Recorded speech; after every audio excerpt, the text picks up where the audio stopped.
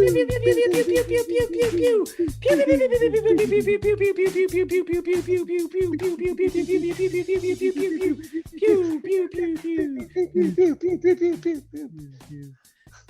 was wondering which one of us was going to crack first. I felt like I would have to do it this time. What's up, guys? It's Past the Gravy, episode 401. We are not live this time. I mean, we are live right now while we were recording this, but I guess you won't be listening to it live. We are alive. We are alive. Confirmed. Are alive. Robert is not here right now. He should be joining us at some point throughout the podcast. He was doing some stuff. So when Robert joins us, he'll join us. And until then, we will be able to make it through. It's Alex and Pat right now. And yeah, we would like to apologize for any technical difficulties you may have experienced during last week's show. That was a real shit show. Yeah, it was all Alex's fault. So just go ahead and blame him. I disagree about that.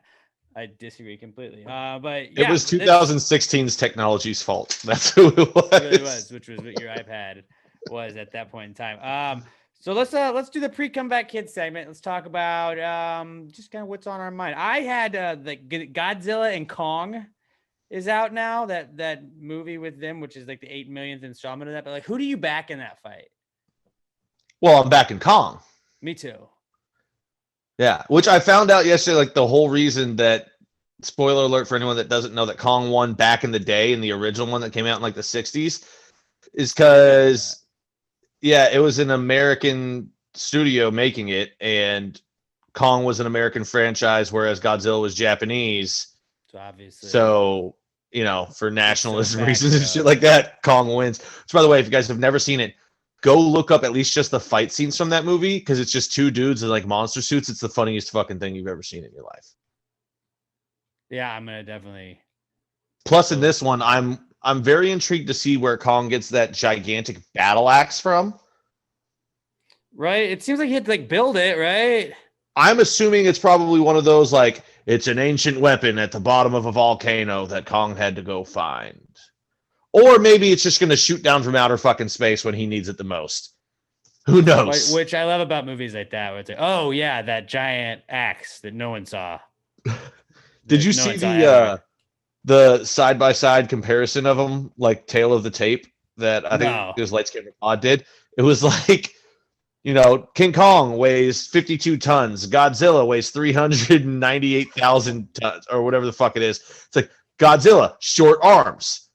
King Kong, elbows and opposable thumbs. Right, which I think that's what just like one, I'm always backing my boy Harambe, and I feel like King Kong, like he's got something new to fight for, you know, since like he didn't have that when the first movie came out. So now he's like, oh, well, I got to fight for my fallen brethren in Harambe. And I think he's got that on his side. And also like, yeah, dude, you got opposable thumbs. Like, why would you like, I'm backing Kong in that. I didn't know Kong won the first one. I was never really a big Godzilla or King Kong guy in the first place. I mean, yeah. Well, also, you know, the person that shot Harambe had to be one of the lizard people, so that's just extra motivation right there. Right. So, and that, yeah. So that's a very good point. Right. So it's just like it's almost like a revenge fight. Yeah. Now, Godzilla is a walking nuclear power plant, but Kong has a battle axe, so you know that pretty much evens it out. Yeah, a battle axe from like how many tons of 2 billion tons or whatever the fuck you said he was.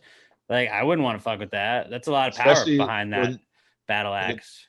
And it appeared to be like electrified from the trailer that we saw. So like, I don't know, man. I was wondering if you were Team Kong. I'm glad we're all Team Kong here.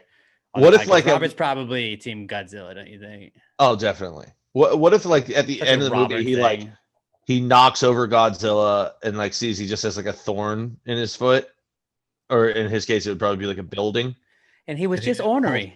Yeah, he was just crazy. He didn't have. Mama always said they're so ornery because they got all them teeth. He was just a big cranky crocodile. And then they're just friends. And then then it's time for Godzilla and Kong, the reality show, or hopefully the buddy cop show. Yeah, it'll be like Robin Big. Or they're just like dunking. But it's like cities. They're just destroying cities when they're doing it. Fuck you, Mogadishu. Like right. It's like, Rio de Janeiro, you're next. This is a terrible idea, guys. Now they're friends and they're both still able to fuck shit up. We were hoping one of them would take out the other one and we'd only have to deal with one of them. Now they're joined together and they're destroying everything. Kong is just like surfing on his back while he's going through the water. Give him a big old pair of sunglasses so he actually just does become Donkey Kong. I mean, that would be great for like an opening montage and like an intro for it. So like think about that, you know? Maybe like Mothra shows up to help. Who knows? Maybe. Who knows? My other thing I brought for the pre-com segment was like just because it's like I keep seeing these like reminders of like, oh, you know, last year this is when we were all in the pandemic. We were actually still doing podcast episodes in person this time last year, but the last year was probably the best year ever to be put under house arrest. Without a doubt. Because like you're not really missing out on it. Like, yeah, there's stuff that was happening, but like it's like you're supposed to stay in your house one. So it's just like, oh shit, no way. I gotta hang out and live at my house more while everybody else has to basically do the same thing. What's up, guys? Here under house arrest, just streaming Call of Duty. I feel like if anybody else were to get put under house arrest for like the next 5 to 10 years, depending on the crime, obviously, but like if you get like a 6-month house arrest, like punishment, like you should just get to waive it off. Be like, well, technically, like, or would last year a freebie?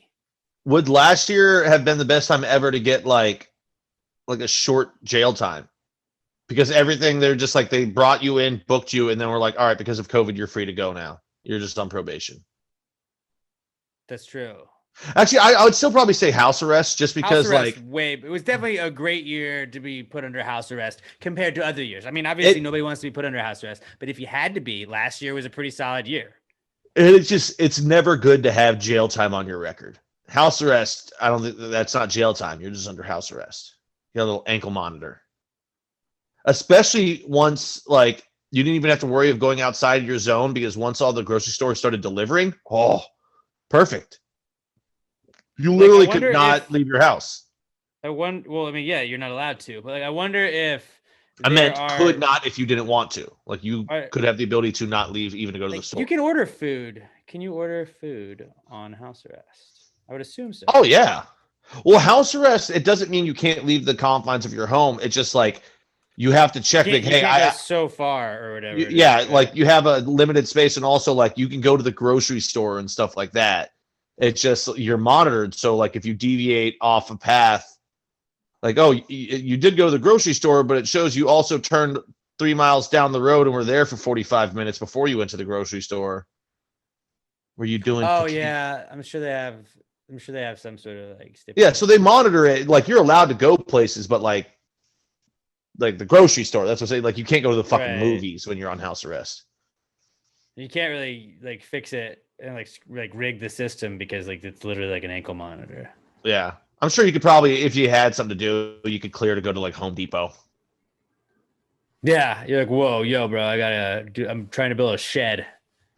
I can't sniff cocaine anymore. I want to go smell some sawdust. So now I'm remodeling things. That's what I'm doing. I'm learning how, I need to buy a sander.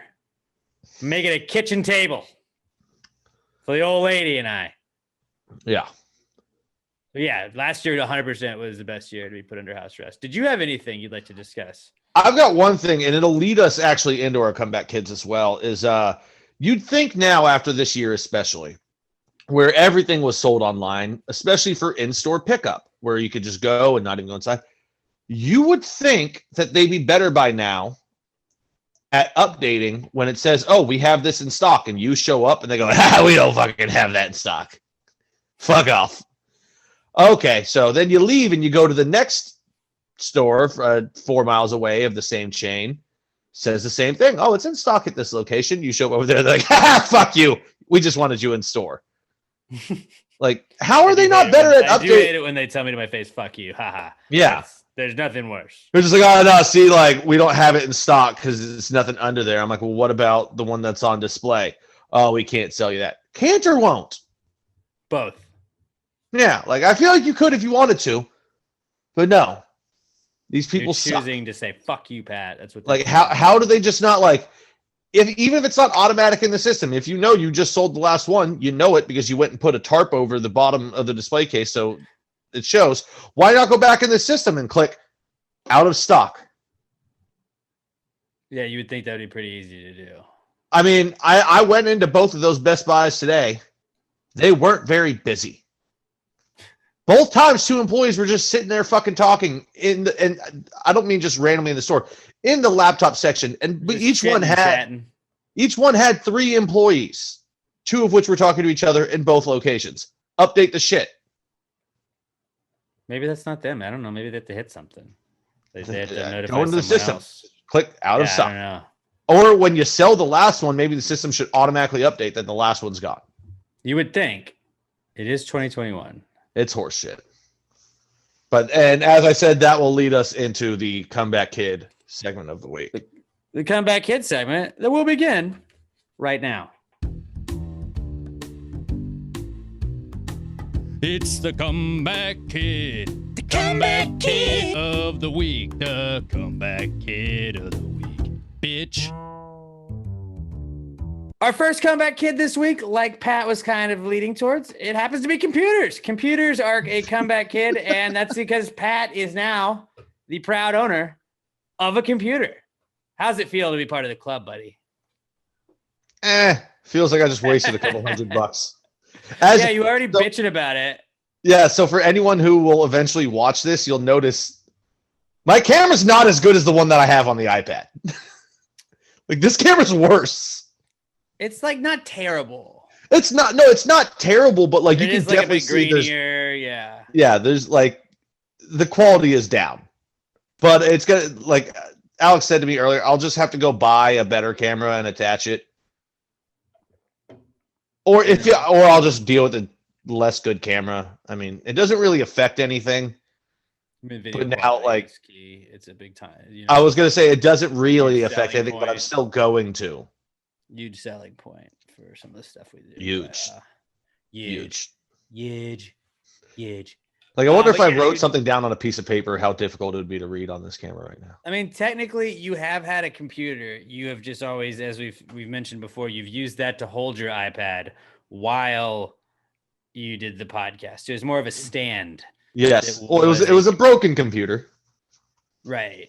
And I mean, yeah, like it wasn't like you were just choosing not to use it, but I had been getting some messages from people who are like, "How does Pat still not have?" I was like, "He just doesn't. Like, Pat's one of those people. He doesn't need a computer sometimes." I don't need one for work. This is what I've always said. Pat's brother doesn't believe in wallets or banks. I work in a fucking restaurant. I Google things on my phone 90% of the time and 10% of the time on the iPad. This laptop will be used strictly for Pass the Gravy Zooms, there we go, streaming NHL. There you go. And of course, porn. Because I'm a dude. And when you decide you want to write a book. No, I'll write that on my iPad. You write that on your, okay. Do you have a little keyboard for the iPad? No. Are you fucking kidding me? I remember like when we started doing Pass the Gravy Bro a couple of years ago, I bought one of those. I was like, I'm totally gonna use this to take notes, and then like I just don't use it anymore. So like no, it was kind of a waste. Yeah, I mean, I'm sure now that I have this, I'll use it for more. But I mean, like 90%. I feel like you're going to, and you're gonna start being like, you're right. I was wrong about computers, and I don't want to be the guy that told you I told you so. No, I mean the main thing that it's gonna be for is come around. Is now I can stream multiple NHL games at the same time. So that's going to be big. Or NHL game and porn. 2 birds, 1 stone.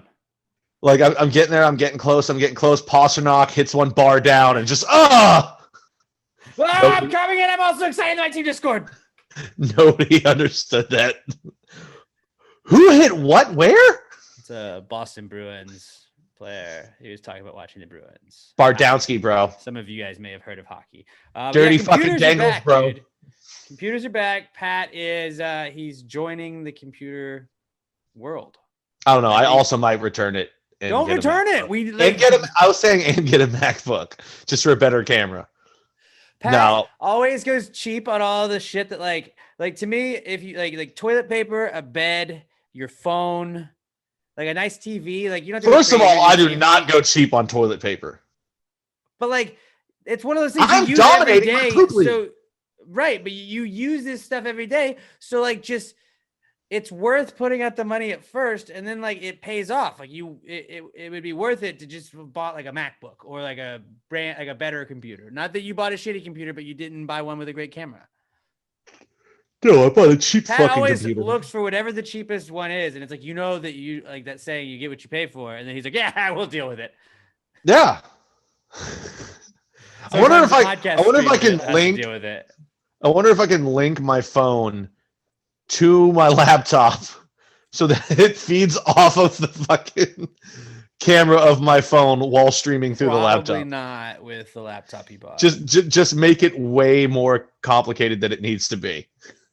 Like Pat would like go to a pawn shop if it was like if you could find a $50 laptop. He's like, I don't know, can I just don't. Why didn't I think of that? Actually, I probably could have found a better camera for the same price. You can get like a MacBook on the cheap. Why not? Bro, I'm gonna go check out pawn Might be shops later. stolen. I don't care. Like did your parents instill that in you? Like my parents were like, well, if you go to a pawn shop, you never know if somebody like lifted it off of something, and it's like I don't know, like, but it's mine now. No, you want a good pawn shop story though? I do want a good pawn shop story. There's one on Mason Road. It's been there forever. Alex, you probably know which one I'm talking about. And they also do like jewelry repair in there. And my mom brought this old necklace that she had there one time, and I just so happened to be with her when she was going to pick it up. So the guys at the back, like, we're having trouble finding it. Just give us a couple minutes. We're sure we just misplaced it. So my mom's looking around the store. It's in the fucking case. They were gonna fucking sell it. They were gonna sell her shit. Reported their asses to the Better Business Bureau too for it. My mom was like, "That's mine," and the guy's like, "No, it's not." And she goes, "You want to fucking bet?" Like, that's mine. I brought it in here because the hinge had to be fixed. If you look in your records, you're probably going to see that you guys fixed that hinge on it right before you put it in the display case, didn't you? 20 minutes later, we're walking out with her shit, no cost. And yeah, straight up reported their ass to the Better Business Bureau, man. That's some shady. What happened in those 20 minutes is what I'd like to know. They just had to go and like check their systems and shit. Okay. And they're like, oh my God, we're so sorry that, it got mixed up. Your mom's not as like loud as your dad is. Like your dad, no. like I wouldn't want like your dad, like he could get pretty rowdy. Like I would not want to be on the other end of like an angry Mr. Dion, Oh, like, they're very lucky my dad was not in store with us because my mom was calm about it. She's just like, no, that's mine. You need to check your records. My dad would have been like, give me the keys to the store. He would have just smashed the fucking thing. Like, nope, I'm taking this, motherfucker. No, but immediately that was we called my dad, and he was like, "I'm looking up the turn the car around. I'm on my way." And you're like, no. He probably spent half an hour on the phone with the Better Business Bureau though, and just they got in a shit ton of trouble. What would they have done if like she had gone back and she was like, "I'm here to pick it up," and it had gotten sold? They would be like, Oh, they would have been in a fuck ton of trouble because I'm pretty sure that was like a family heirloom too. Right. So like it would have been like just give you the money at that point. Like I don't know how to. Well, I'm sure they have insurance for it and stuff, but like, I mean, we would have filed a police report on them, and they would have gotten probably some level of sued, and we would have gotten a shit ton of money out of them. Would be my guess. Yeah. You could have had a better computer if that was. Maybe I'd be working in a pawn shop right now. You could have owned a pawn shop. Dude, pawn shops are such like a weird place. Like I remember in college, I had I got a TV that like burned out, and so I was like, okay, well, you know what? I'm gonna move. No, I got kicked out of my dorm my freshman year. I was underage drinking, and that was like my second strike. I already got a strike with the dorm, so I went and I where I moved into didn't have a TV in the dorm there. My old roommate had one, so I was like, oh, I gotta go get a TV on the cheap, and I had like $60. So I went to the pawn shop in Huntsville, and I got like a $40 TV, and it had it was like not like a giant TV, but it was one of those like plastic back, plastic front around it. It was like a bulky like bubble TV, and it had it was black, and in the top part of the black plastic there was like it was obviously a cigarette burn. Like somebody had put a cigarette out on it, and it melted part of the black part of it, like part of it because it went in. Adds character. I was like, I like this. It's gritty. It's a gritty TV. And that TV was my TV in my room for like the rest of my freshman year, my entire sophomore year, my entire junior year. And then like 3 weeks before I graduated my senior year, the TV crapped out. And I had like, but I had also been living because I had like a small TV. It was probably the size of like a laptop. And I was playing game. I would game on that one and I would have my TV on in the background. So like I could do everything. So then I just relied on my like gaming TV. But like I was just like that TV gave me everything it had. And it almost made it the whole way. Like we were almost there that whole time. And it was just like, I love you, Pawn Shop TV. But I didn't throw it away until the day I moved out. I just set it in our hallway because we lived in college, so you just put trash in the hallway sometimes. That's how we lived. And I remember like, walking to toss it out into the dumpster. Like, you can't throw TVs in the dumpster. I was like, okay, why? And then, because it's got something inside. Like something inside of the TV is bad, or some gas that it could release or whatever. I was like, okay, cool. And then like the maintenance guys just like left, and I just like boom, toss it in the thing. And I was like, would anybody like to share a few words about this TV? And nice. I said that to myself, but hey, Bobby. I did. What's up, Bobby? How's it going, guys? All right. We were waiting for you. Ready to start? Let's do it. All right. He's like, God, I hope that's not true. Shit. Let me give you recording permissions. Hey, Bobby, if you've noticed how much worse my camera is, it's because I got a new laptop and the camera's worse. Yeah, I do notice that. Computers are a comeback kid this week. Yeah. So we just finished point 1 of the comeback kid, computers, and it's good to have Bobby back. Save that for when we start. All right. So let's record. Ready? And 3, and 2, and 1. He wasn't buying it, Alex. What if we had that? You should have just gone with it, and he would have been confused. You know what would have been funnier is if we just did restart from the beginning, so everyone listening was confused. Like, are they really doing this? But then we just go 30 minutes, and they're like, I've already heard all of these exact conversations. I feel like Battle Act. Robert, real quick, you root for Kong or Godzilla? I'm gonna go with Kong. There we go. All right, we're all in agreement. Right. If you had been part of it, he would have said Godzilla, though. Robert, you contrarian, you. No, he's just xenophobic, so he's going with the American character.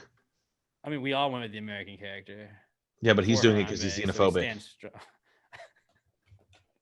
Okay, all right. Robert, xenophobic. Got it. All right, so computers are back, and let's move on to how did we get to? We got the pawn shops from computers. Pat might buy a computer at a pawn shop. I might return this one and see if I can find a better one at a pawn shop. I also told him he could just buy another camera, but he's like, oh, I don't want to buy it. Hey, what's the point? And I was like, I don't know. Maybe I can find a good camera at a pawn shop. Maybe. Or just find something fun there. Maybe another podcaster just had to sell all of his shit. And some nunchucks. Dude, the podcast game is rough, bro. It's like I get a new microphone, laptop, and camera. It's all like $80. That'd be pretty sweet. I'm gonna go check it out tomorrow. The newest MacBook, and it's like, this is definitely stolen, but whatever. It's mine. They're like, it's extra cheap. If I buy it legally, then tell us where you got it from. All right, moving on. Our next comeback kid this week. The King has returned, everyone. The King has returned because Lil Nas X is back. He is back. And also, along with that is Satan. Satan is back in a big way this week, too.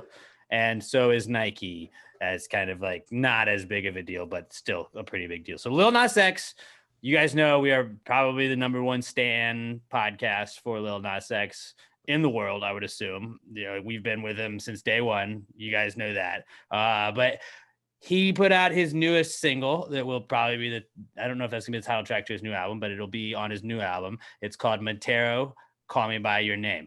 And it fucking slaps. I made Pat watch it. I don't know if you've seen the video, Robert, but I made Pat watch it before we started the podcast. And the song absolutely is a banger. There's no denying that.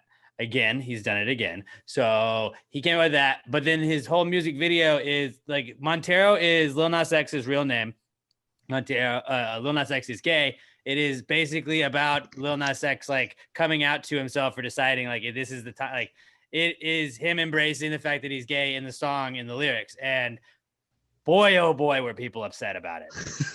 Boy, oh boy, were people upset about it. He starts as like there's a snake, and then he's making out with himself, and then he's dancing, and then he ends it with going down to hell by pole dancing all the way down to hell, and then giving the devil a lap dance and twerking on the devil, and then snapping his neck and becoming the devil. So like basically he found every trigger that like super hardcore religious people would get upset about, a lot of conservative people, and just a lot of people in general. He's like, what are these buttons we can push? I'm going to push them all. If they were an elevator shaft, he was Buddy the Elf, and Elf was, ooh, a Christmas tree. Like he did all of it because every group was angry. So many people were mad.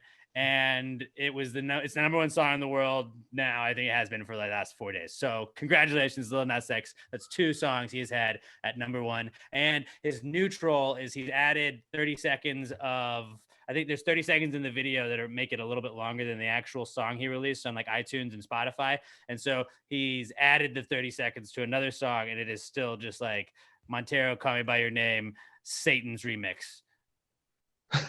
Or Satan's edit. Dude, he's the king. His goal is to now get people to have Call Me By Your Name and Call Me by Your Name Satan's edit 1 and 2 on the charts, which would be absolutely hilarious because then Satan would be number 1 again. And obviously, I mean, I'm not a big Satan guy, but it's just funny that he was like, the devil will probably trigger some people. Let's do that.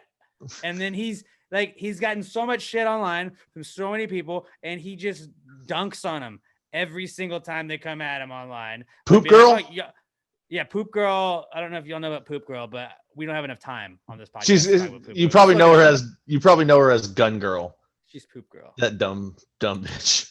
I heard she pooped herself. Yeah. But dude, he was just wrecking everybody. He was just dunking on everybody that came out against him, and he was like, "Y'all tell gay people to go to hell for years. Now you're getting mad when I actually go do it." And just all little like subtle jabs of like, "Hey man, like this is how y'all have made me feel my whole life," telling me like how like church told him everything he did, everything he felt was wrong, and that he should feel bad about it. He's like, "I hope you guys feel bad now." And it's a good way to turn around. Pat was noticing some of the lyrics are more about gay sex than we've read, than has been like done before, and it's like he's normalizing that like you can be gay and you can do this stuff, and like you don't have to leave the lyrics ambiguous. Like I was saying, the example I was thinking of was when Frank Ocean came out, massive star. He came out and he still kept making songs, but the lyrics were, this could be about a man or a woman depending on how you want to see it. It's open to interpretation. Lil Nas X was like, no, I fuck men. I'm fucking men. Men are fucking me. And you're just like, yeah, there's no 2 ways to read those lyrics. Well, I think what the lyric that Pat noticed was it said, I shoot a child in your mouth while I ride you, I believe is. Which is the funniest fucking great like lyric I've ever heard in my life. Just because like when he sat down and wrote that one, he had to stop for like 5 minutes because he was laughing so hard at how uncomfortable that line was going to make so many people. And it worked. Or especially because like it's one of those lines where like, because I paused it and I was like, did he just say this? And you're like, yeah, he did. Because a lot of people will be like, I don't know if I heard that. And then they go back and like, wait, no, that's what he said. Oh, fuck, this is what he means. That's the funniest fucking, like, this dude is he's the king. He's the king troll in the world. People forget that. They're like, I can't believe this is what music. It's like, dude, one, he knows how to market himself. Like Old Town Road was a formula he made. He was like, I know it's got to be short. It's got to be country. It's got to be pop. It's got to be rap. It's got to be catchy. Kids have to like it. Everybody of every age group has to like it. It's got to be fast. And he did it and it nailed it. And then he's like, this gives me the platform to be who I want to be and do what I want to do. Panini came out. That was also a hit. And then he announced that he came out publicly. And like people fucking turned on him at that point, and he still kept going. His album was a fucking top album that year, and now he's like, this is who I fucking am. Like, this is gonna like I think his next album is gonna be fucking like the legit real not like Lil Nas X. As like his other album was awesome. I think the next album could be even fucking better, and I'm pretty stoked about it. Like I'll ride with this dude, whatever, like whatever he's into do right now, man. But interesting choice of words. I guess I thought it would kind of go together. I didn't. No, but like, dude, I'm riding with Lil Nas X, man. I'm talking about horses, bro. Dude, yeah, and I'm 100% with it too. Like, I know how anti I was him at the beginning because everyone's labeling it as country. I just appreciate it for what it is. It's a banger. It's not a country song. It's a fucking banger. Well, he's just the ultimate troll. But he like figured that out. He was like, I broke country music. I made country music have to acknowledge a rap song.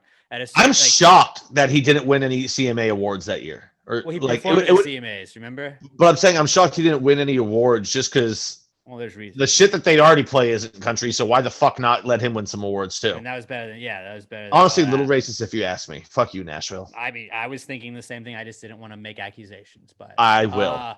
So like he does that, but like people don't realize like this dude used to run a Nicki Minaj fan page. Like he would just troll for Nicki Minaj, and now he and us and his army are just trolling for him. Where like he is anytime anybody comes against him, like or posts against it, like on Twitter at least, you see like Lil Nas X people go in and they're just attacking them, and it's not like it's fucking funny. It's fucking funny. I love when he's playing chess. Everyone else is playing checkers. As a troll, I like to think of myself as a bit of a troll. I fucking I stan him because he is the king troll. He's the king troll. He knows exactly what to do. Everybody fucking takes his bait every single time. There's pastors that are fucking call him Lil Nas X, and it's one of his other tweets was some pastor that was mad about his shoes. That now he's put out shoes that are custom Nikes that are not from Nike, that are Nikes, but somebody bought 666 of them and customized them to make them Satan shoes. And Nike had to come out and be like he made Nike have to speak out and say, we Nike do not condone Satan. That's what he made it Nike do. He's so fucking smart, dude. And then like everybody's like, well, he's gonna get sued. It's like he doesn't fucking care. He's making so much money on all the other shit he's doing right now, on all the commercials he's been in. Like that song he did that he put out was in a Super Bowl commercial. We just didn't know the song. Like, I mean, I knew because he had talked about it, but like, it was like most people just didn't recognize that was Call Me By Your Name was like just the beat to it was in, it was like a Lenovo commercial during this. Which is even funnier now that he was like, yeah, you guys can use my beat for this. And then they use it. And then he comes out with the song. Was like, you just used my I Fuck Satan beat. To sell basically. And then like everybody that had like, but like pastors were coming out like saying like how wrong he was, and he was like, you motherfuckers are out in a pandemic, like gathering during a fucking pandemic, judging other people when you're saying like this is what y'all should be like, fuck you. Like you're talking about a shoe in church, like chill out, man.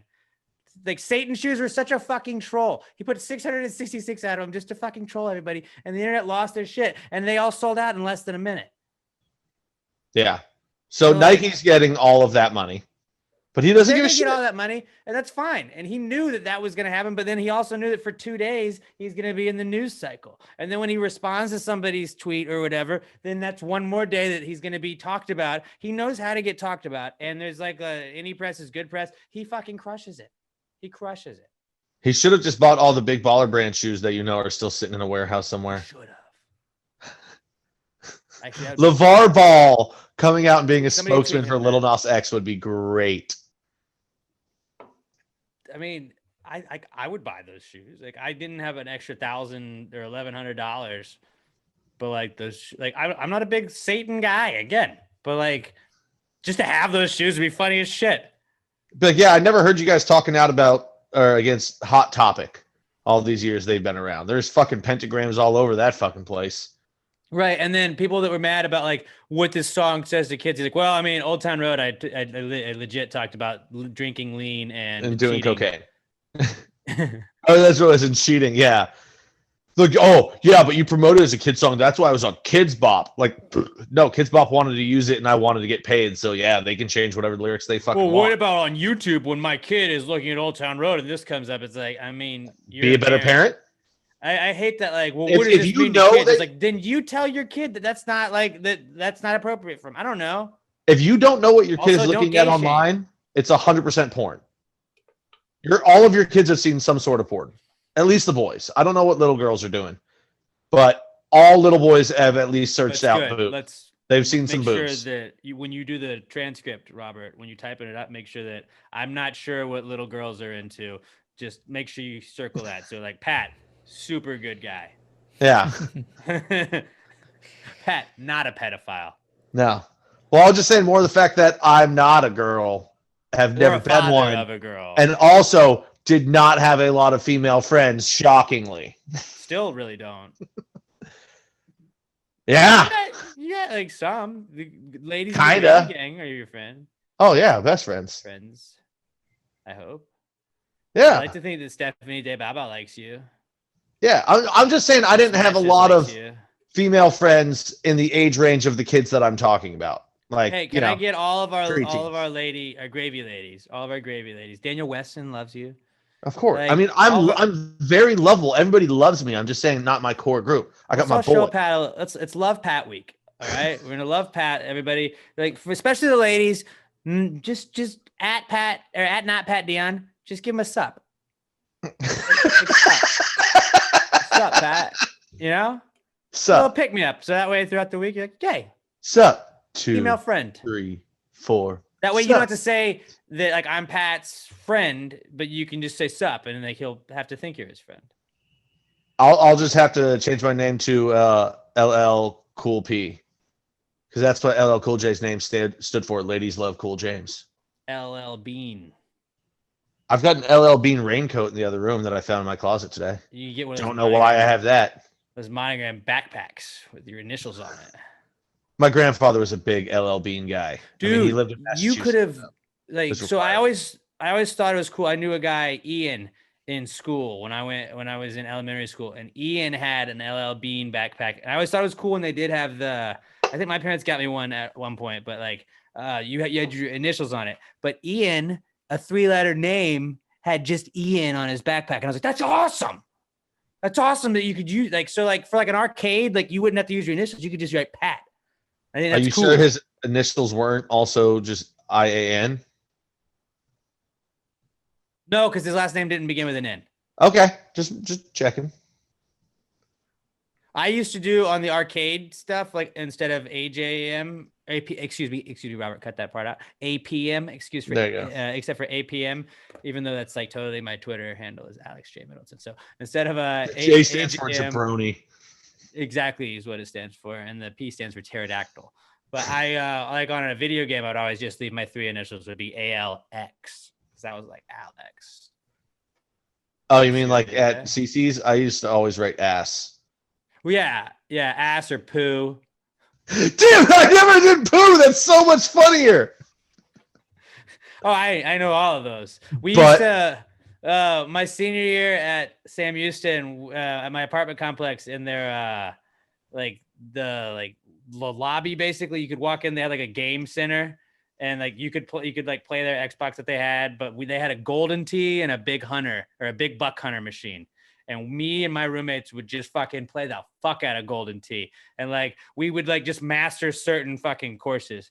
And I remember like nobody ever fucking put their initials. It was always just like ass, tit, poo. Tit. Oh man, poo is the best because you can't actually get mad at poo. You're just like, Like, You put tit or ass on there, you can be like, that's not appropriate for little kids, like when you're in a CC's. But if you just put poo, it seems like a little kid did it, so they can't get mad. it's like a cuss word that's acceptable for a little kid to use. So like, you're full of poo. Their parents allow that so they don't say shit. Basically. Oh, that's just Where a did we funny get to word, this man. from? Lil Lil Nas Nas X. Lil Nas X, Nike. Nike, and now Nike's definitely said it's not there. So I would like a Pass the Gravy shoe. One thing we do have on Lil Nas X is he does not have a Lil Nas X beer yet. So shout out to Southern Star for making that happen for us. We could probably make It's some really nice. pasta gravy slides. Just buy like whatever the cheap Slides? slides are. Yeah. Buy like whatever, and just put pasta gravy stickers on them. Well, I was just gonna duct tape over, the part that goes over your foot and like write PTG on it. Not a bad idea. Let's try that. I wonder we should see if Teespring has any sort of slides or footwear.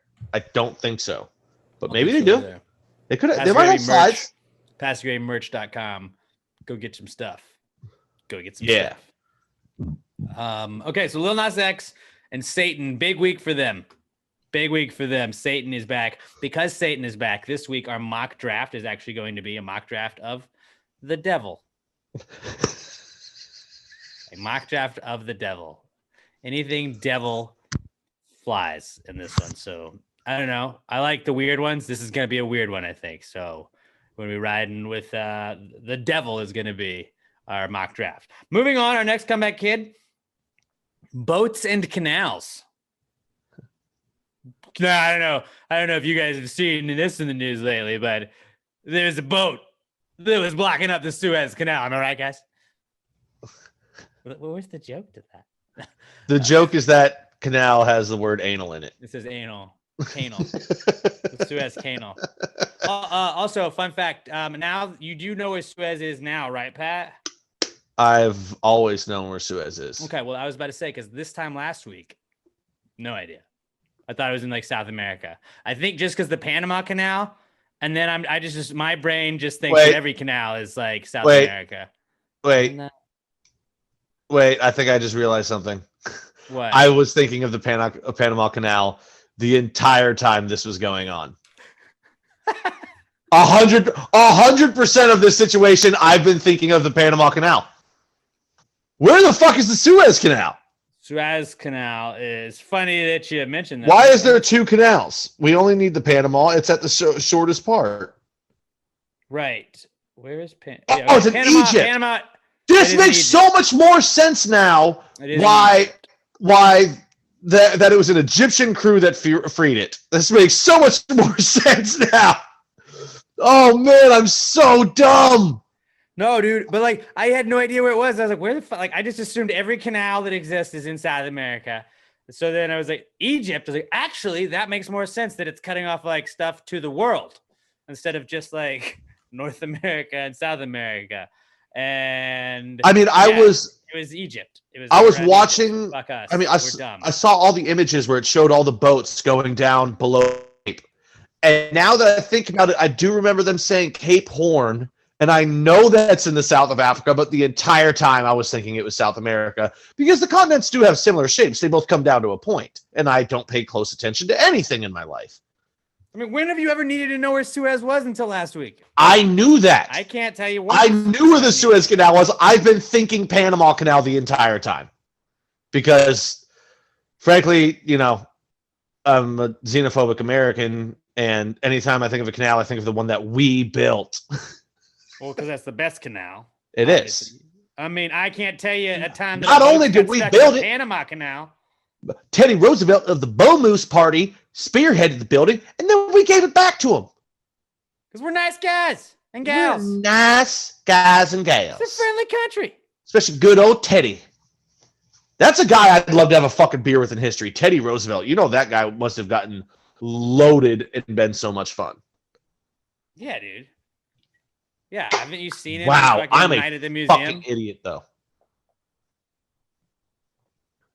Teddy Roosevelt was a badass at night at the museum. Of course, you'd want to hang out with him.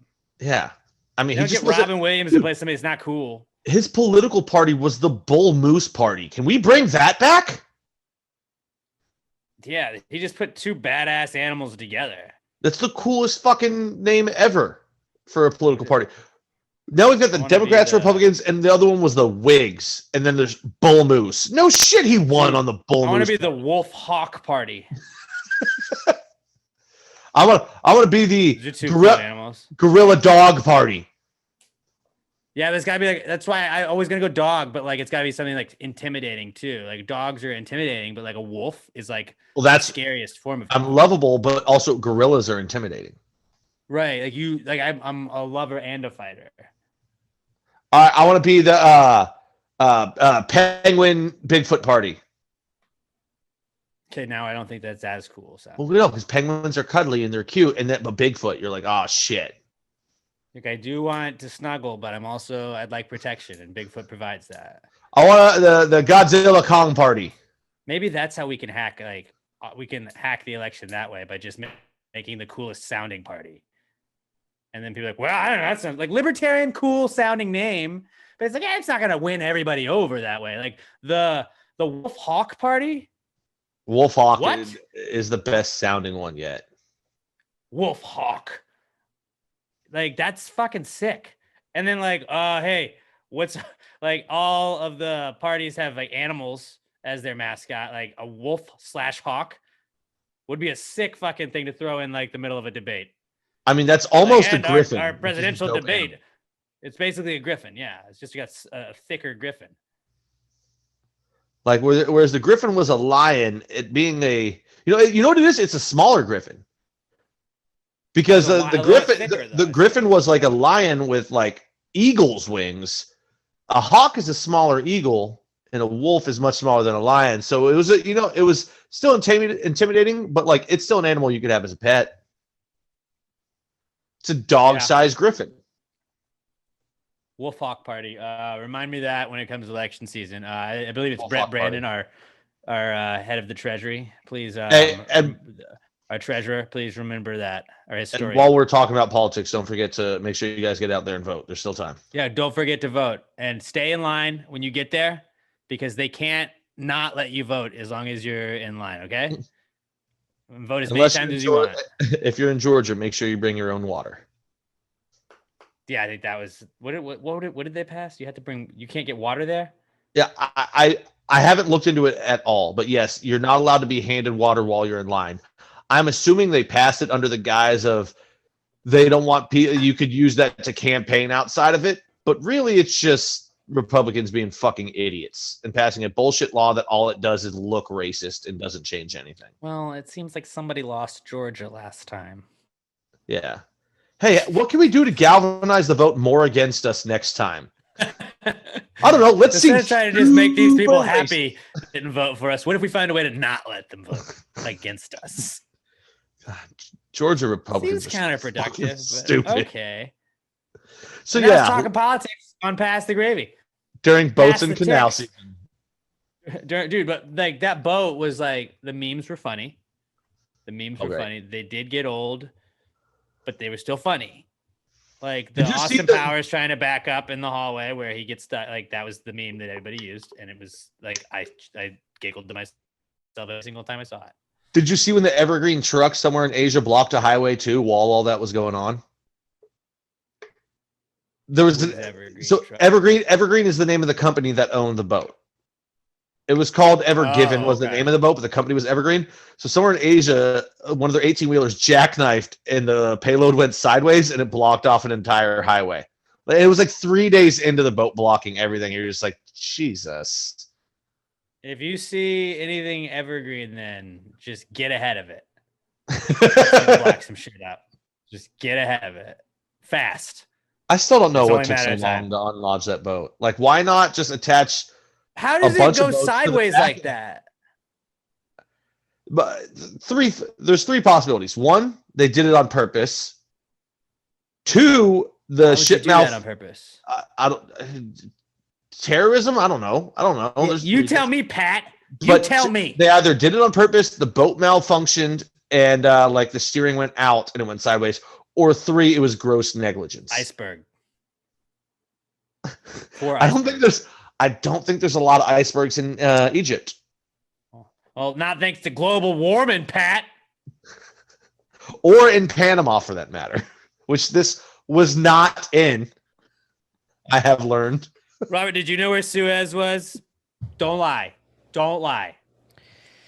I think I had a vague idea. I wouldn't be able to like pinpoint exactly where, but I can't believe it took me a fucking week to realize I was thinking of the wrong canal the whole fucking time. I'm just happy that like Hey, I learned something today.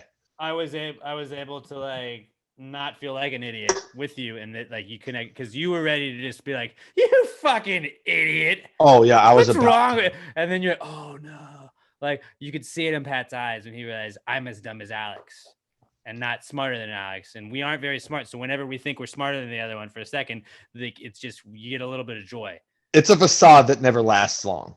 right? Because then very quickly you will realize I'm not that smart. I'm just a little bit smarter than dumb for a second about one particular thing. But Robert, what would you guess would be your reasoning for the vote? We're gonna do a true crime podcast on this actually, so we've got a verbal trademark on that, so there can be no other true crime podcasts on this. We'll get to the bottom of it. Robert, start making some cool, scary music. I think I read that it was the shipping containers that were stacked in a way that it kind of made them seem like a sail, and it was really windy apparently around that time, so they could have steered the boat in a different direction. Where'd you hear that from? The liberal media? I think it's just called the media. Yeah, you would think that. You need to go to dailywire.newsmax.republicansareight.com to get the real news. I need to stop doing that bit because like I did that on Saturday when I was playing soccer, and there were these guys that like I don't know that were playing with us, and there were all these like whatever that they're not like bulldozers or steamrollers, but it was like it grates up the dirt so they can like pave a road, and they're like, oh, they're doing that, so like yeah, they're definitely gonna pave new roads. It's like, huh, Biden's America, and like the two guys that were new, like they laughed so hard at it. I was like, I fucking killed it with that one. All right, cool. And then some lady said something at the store, and I was just like, Biden's America, and did not go as well. I don't really care either way. I'm not pro or against. I was trying to just be that guy, and it didn't work. And sometimes we do the liberal media, then like, this guy is a conspiracy theory guy. And I'm like, no, I'm not Alex Jones. That's what the J in Alex J. Middleton stands for. Alex Jones Middleton. Oh, man. I've got the documents right here. Yeah, Suez Canal, just canals in general. Also geography now. Geography is definitely back. I learned a little bit. And you know what they say? If you can learn one thing a day, guess what Pat learned? He learned that the Suez Canal is not in Panama. I remembered that the Suez Canal is not in Panama. Well, so I know y'all don't watch soccer, but they have, I think it's been on ESPN, the like European qualifiers for the Euro tournament this year.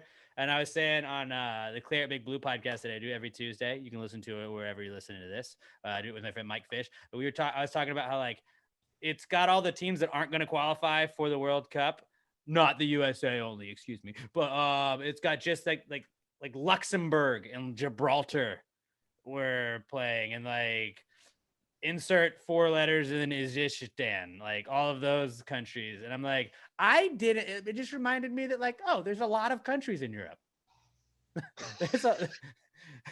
Like, I didn't know Luxembourg. I didn't think about Luxembourg ever really until nobody 2 days does ago. And I was like, oh, it looks like they're playing Sudan in the Euro qualifiers. Cool. Those are countries. Unless you count the Vatican, Luxembourg is the smallest country on the planet, I believe. Is it really? I'm pretty sure. Like Luxembourg is like it might be smaller than Harris County. Isn't it weird though? Like when you think about it, that like the United States is a fucking big ass state, and then it's like or a big ass country, and then our states are like little baby countries. Like if you did that in Europe, it'd just be like, I went to 35 countries. Texas would be the like it'd be bigger than a lot. It'd be like Russia. Not quite that big. Texas, America's Russia. America's Asia. I think you're forgetting how big fucking Russia is, dude. That's a continent. That's not a country. Russia? Also, no, neither one of them is a continent. Asia is a continent, not a country. Asia. Yeah. You're like arguing with yourself at this point. No, I don't even know what the fuck you're trying to I'm say. recognizing as I'm doing this that I'm saying dumb things. So I'm just going to move on because I don't know what the fuck I'm talking about, really. I mean, you just made yourself sound dumber than me with the fucking Suez Panama Shut up, Canal. Pat. Shut up. All right. Also, a comeback kid this week. Never mind. There's a lot of countries smaller than Luxembourg. My bad. Yeah, there's a bunch of small countries. I feel like Maine. That's again state. You're right. No. So our next comeback. Luxembourg is the 28th smallest. Jesus. Top 30. I mean, that's pretty good. Right. I've also never heard of 90% of these. Well, our next comeback kid is April Fools. And I don't know about you guys, but it is April Fool's week. We are, as we're recording this on March 31st, tomorrow will be April Fool's Day. And all week, I just don't trust anything that anybody tells me. It started with Michael Strahan getting new teeth because it's like, yo, he's totally going to rip those teeth off tomorrow and be like, I was just kidding. It's me. But that doesn't, Mike. That doesn't work, though. That's not an April Fool. Like, if he had put the video it is out April Fool's joke. He fooled us, and he did put a video. No, that's what I'm saying. Like, just enough time to where we would buy into it. He's trending. Good Morning America's trending for 2 days, and then boom, Lil Nas X does. You have to do it on April Fools. You can't. He's going to reveal it on April Fools. That's what I'm saying. That's bullshit. That's bullshit. You have to do it on the day, or else it doesn't count. I think it's like a deeper April Fool's joke. I'm just saying it's bullshit. That's bullshit. But anything anybody's told me this week, I'm like, yeah, okay. It's like, I don't know if any of it's true, but don't tell me anything that's super serious this week because I'm not going to believe it. How fucking hilarious. Until Friday. How funny would it be if I actually didn't get a new laptop and I just put like a sheet of wax paper over my camera of my iPad? That would be such a, I mean, I haven't actually seen the computer. I mean, it's hard. I see a bag behind you that I'm assuming was the bag that you got. No, that's a like lawn chair, like a folding chair. Okay, well, it looks on like my iPad you can tell. This camera's so fucking bad, dude. But I bet you StreamYard would work on here. It probably would. Most people that are listening probably don't know what StreamYard is. That is the service that I paid for that was allowing us to do the live show. Worked fantastic for Robert and I, who had computers. And it was just it seemed like there was one common difference. So everybody that the last week, like, I appreciate everybody that said like congratulations on it to us. That was cool. But they're like, yes, thank you.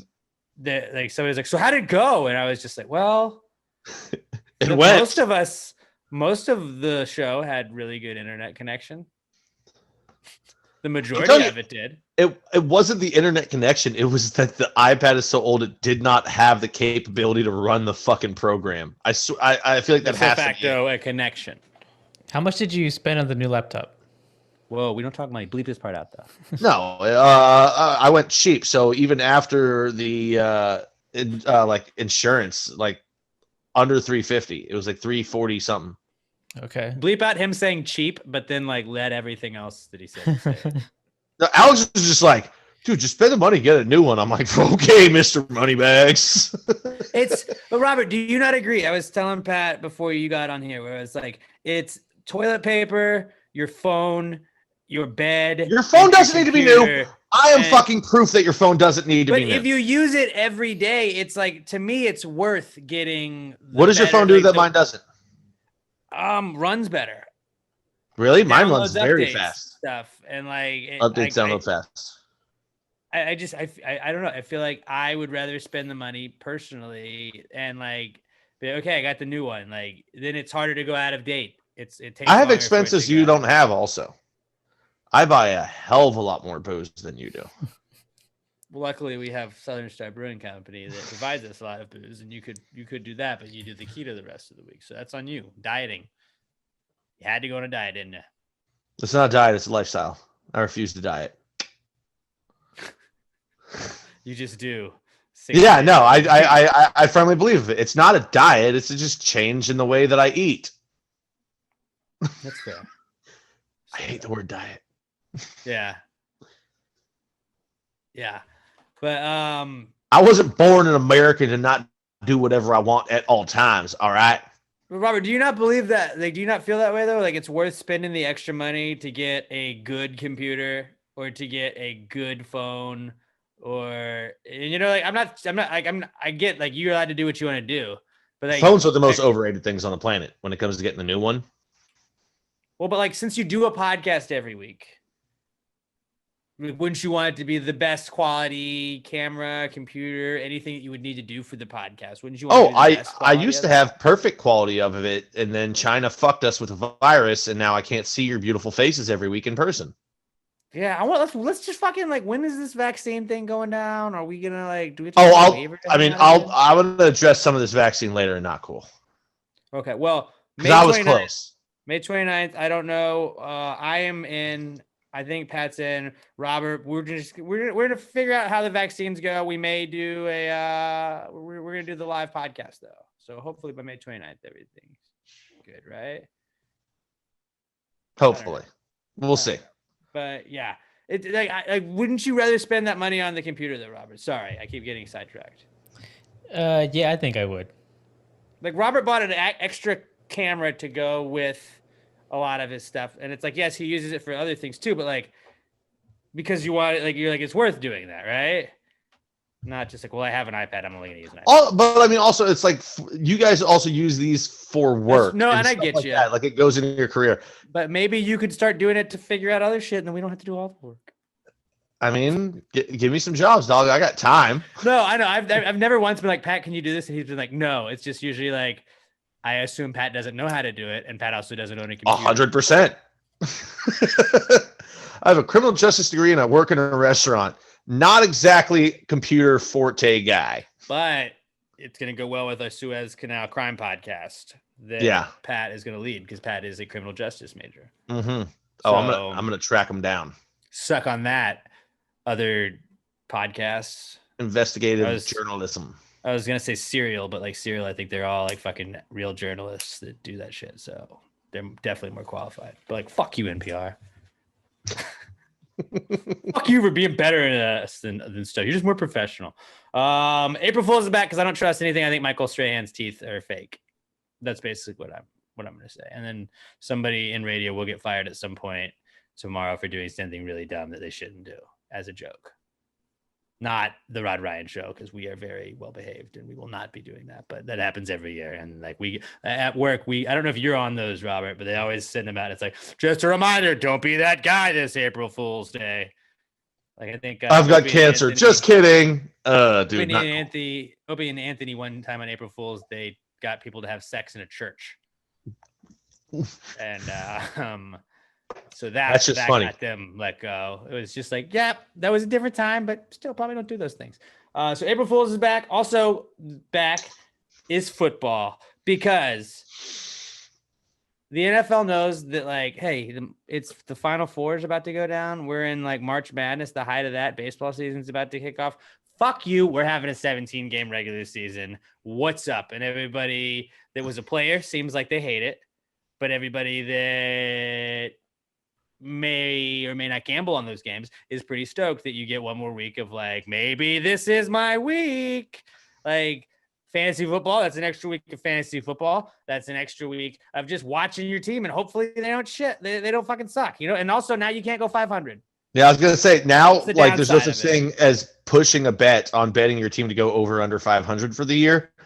You either are or you aren't. Personally, I think it's really dumb. I mean, I'm not going to be mad because I'm stoked that I get 17 games to watch from each team. Oh, dude, I get one more year of fantasy or one more week of fantasy football. I'm pumped about it.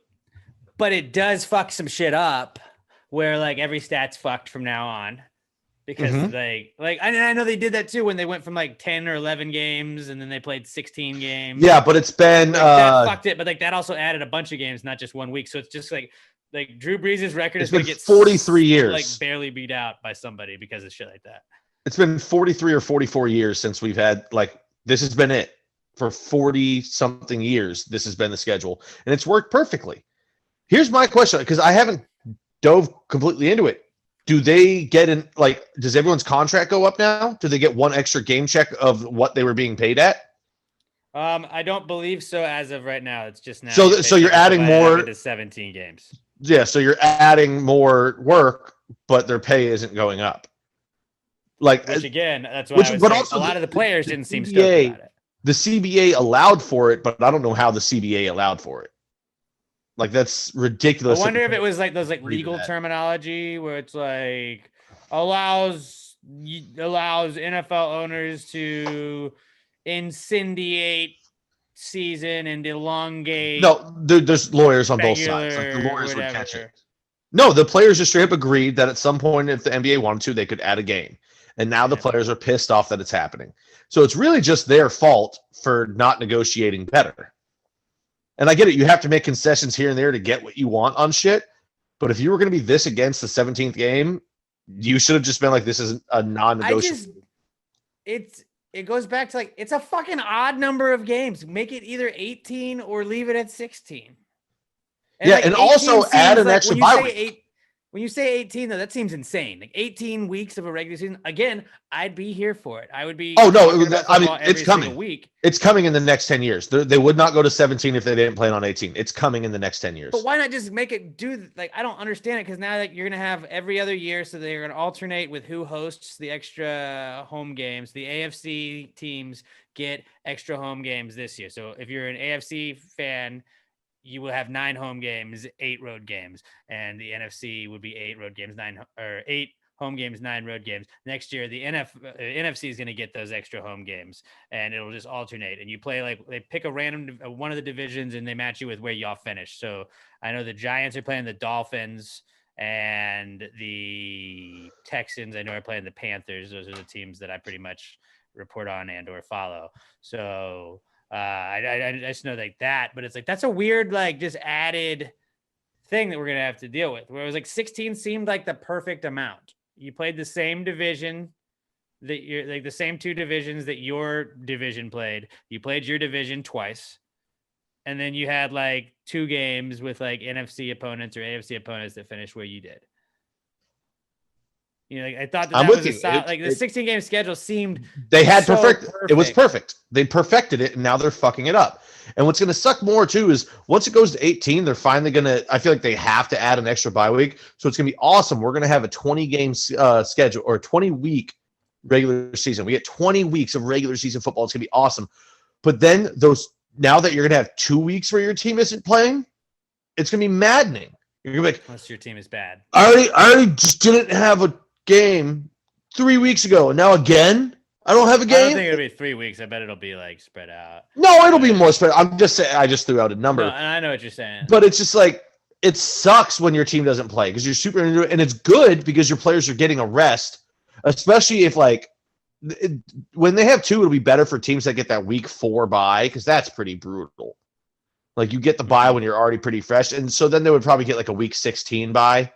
So if you have the early bye, you get another late one too. Well, I mean, it might be. I don't know how it works. See, I don't know. There's so much more. Numbers. It was perfect. Why change number? Exactly. I know why, because it's more money for them. But it is. Like, we sort of lost money one year. Why are you fucking with it? There was a pandemic, but what the fuck? Yeah, I don't get it.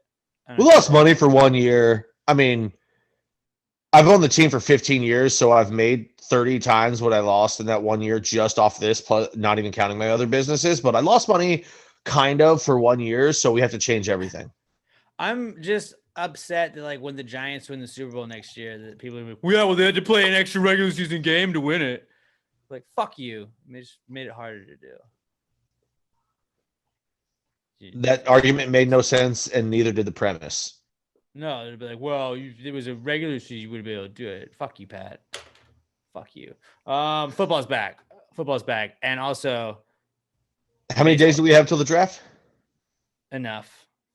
Okay. I wasn't sure if you had that. I don't know. I don't on me. Robert, how many games until opening day? Or how many days until opening day? 1. How many hours until the opening day? Yep. 1. Tomorrow, boys. Yeah, baseball. I'm going to get... Wait. The Astros play tomorrow, right? Like, this isn't like one of those years where we have like multiple opening days. Everybody's tomorrow, right? Astros tomorrow. I don't know if everyone is tomorrow. I'm going to get so drunk, and I'm going to watch Tucker and Jordan just go, yeah! Just yak, yak, yak, yak, yak! All day tomorrow. Dude, and then we're going to pay Correa tomorrow before first pitch. It's not happening. So Why is it not happening? Is he gonna stay though? Right now doubt it, which is Really? Inconceivable to me. They With offered him. Springer. It felt like they had to give him everything. They offered him 6 years, 120 million, 20 million a year. Joke of an offer. Like he's minimum starting point on a contract with him should be 30 million a year. Minimum. It should have been 6 years, 180. And honestly, to that, he probably would have said no because he would have wanted a longer contract. But 180 might have worked because he still would have had the chance to get another contract. But the fact that they met next year, then, huh? The fact that they started out at 20 million a year is so disrespectful to him and everything he's done for this team and what he projects to do going forward. It's just like Crane came out and said when he bought the team, I'm going to spend the money. I'm willing to. I'm going to spend the money. And every time it's come time to spend the money, he's been like, nah, not really. Besides But that, he did spend the money for Altuve. But like, Altuve's contract wasn't that crazy. They have spent the money. I mean, like the past couple of years, they've been like top 5 payroll of the whole league. They have spent money On free agents, but like now you've got a generational talent that was homegrown. And when you have to spend big bucks for a player, like what does he think he's going to, like maybe because he didn't do it on Springer. He's not doing it on Correa. What's he's like, well, Bregman will be the one that I do it for. Because McCullers just got paid, but it's not like McCullers' contract was crazy. And I get it. You cannot. McCullers isn't going to be an ace though going forward, is he? I think he could be. I mean, you'd rather him be. You'd rather him be your number 2, but I could definitely see him being the ace. He's got the stuff for it. It's just he hasn't been healthy. But last year he was healthier. If he can just start to stay healthy, I think he can be an ace for your club. It's just tough. Like, are you going to commit those years? Like, I think minimum length would be 8 years. 8 years, maybe like 200 million. So it's like 24-ish, maybe annual. But like that's tough, especially when Correa hasn't played like a full season yet. Mm-hmm. I still think he's worth it. And especially just like when you don't have Easily Springer worth it. anymore, you need somebody like I don't know. I feel like you got to keep one of those core guys. I mean, but it's one of those things now where if you're not going to pay him as soon as this season's over, you need to sign Bregman to a mega deal.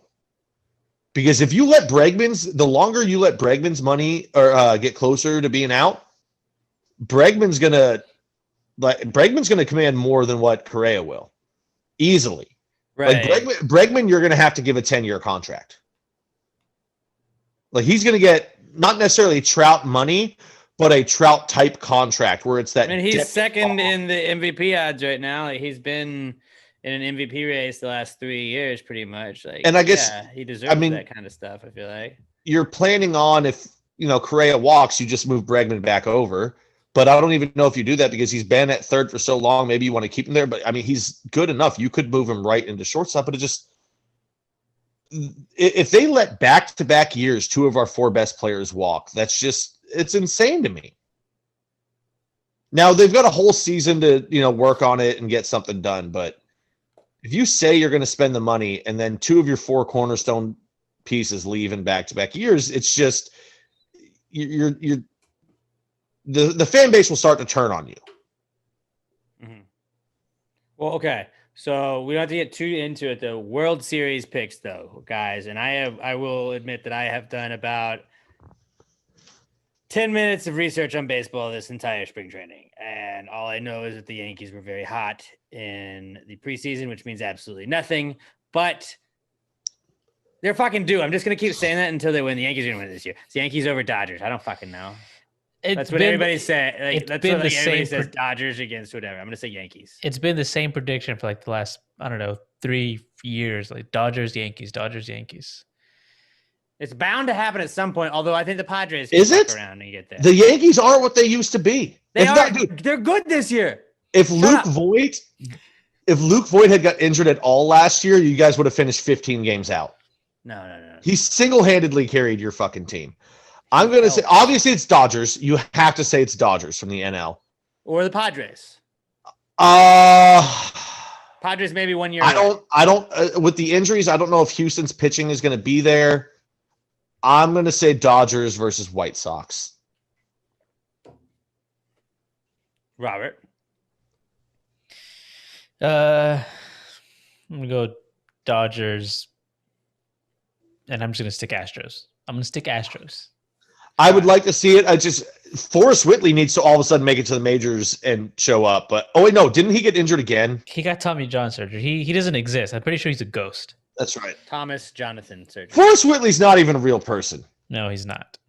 Like we drafted a fucking poltergeist. Is this worse than the Mark Capel situation? Yes, because Mark Capel got us Bregman. Forrest Whitley, we've paid and we've held on to him and would not trade him because we believed in him so much, and he just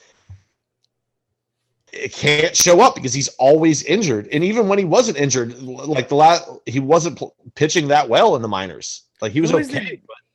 Who was the guy? He like came up. I think it was around like Springer's time. But, I can't fucking remember his name. But he like kept getting in trouble for like weed in the very beginning, and it was like when they were pulling those guys up, and like he was gonna be a fucking stud. Jonathan Singleton, yeah.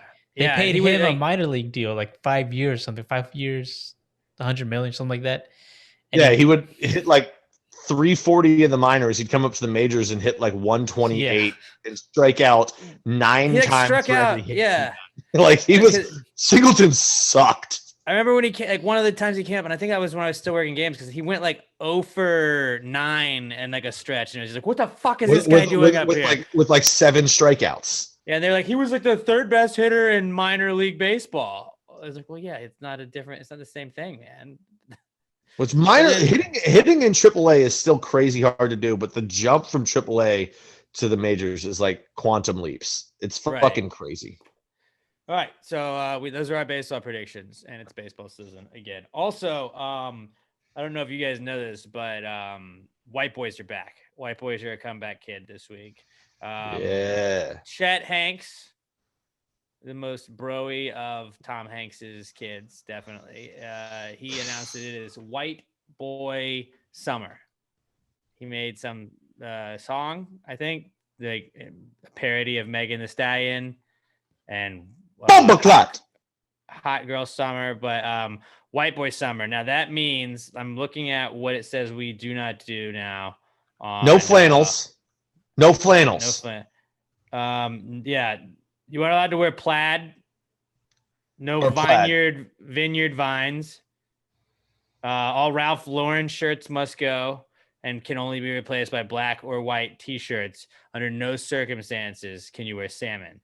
And no Sperry's or boat shoes, but Vans and Jordans are strongly encouraged. And then we're done objectifying women. I don't know if you know this, but Passive Gravy is we are a big anti-objectification of women. We've been done on that podcast. You know, thanks for joining the future. Yeah, Chet. welcome to the party, Chet. Welcome to 2014, Chet. I've been respecting women. Yeah, I've been respecting women since, like, I don't know if you know about the wage gap, but we tried to help. Actually, sorry. Let me change that. Welcome to 1990, Chet. I ain't never disrespected women. Yeah, Chet. Oh, 1989, Chet. Chet's such an easy. That just reminds me of that scene in like Ace Ventura, where she's like, I don't know, Dan. What are you gonna do, Dan? Like, I just want to say that all the time. Chet. Is he the most disappointing child of all time? Is Chet short for something? Probably Chester. That would make sense. But like he had a tweet go viral the other day too, because he was like, I'm on a plane and it won't take off because someone refuses to put on their mask, and he took a selfie and he's not wearing a mask. Which, you know, you have to assume that's a joke. It's a joke that he's doing. But in the tweet, he's wearing fucking plaid. He's not abiding to White Boy Summer rules. So was he Lil Nas X everybody and just trolling?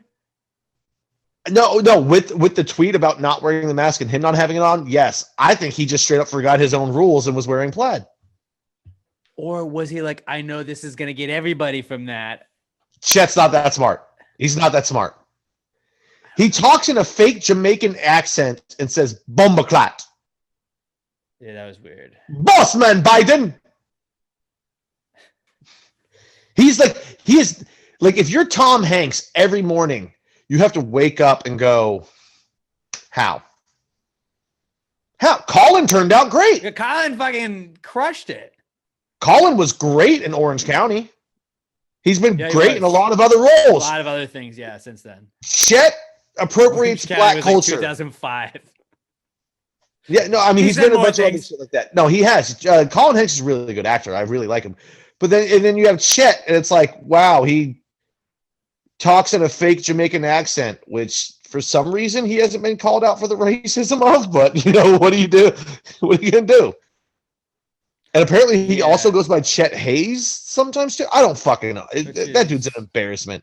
It's weird, but I feel like it's been a big thing in the last year is like disavowing bad stuff, and this just seems like it'll be problematic. So I would like to take this moment to disavow White Boy Summer here on Past the Gravy. And you haven't even heard anything. Summer, not just White Boys. This has been like going on for what, 4 days now that he came out with this.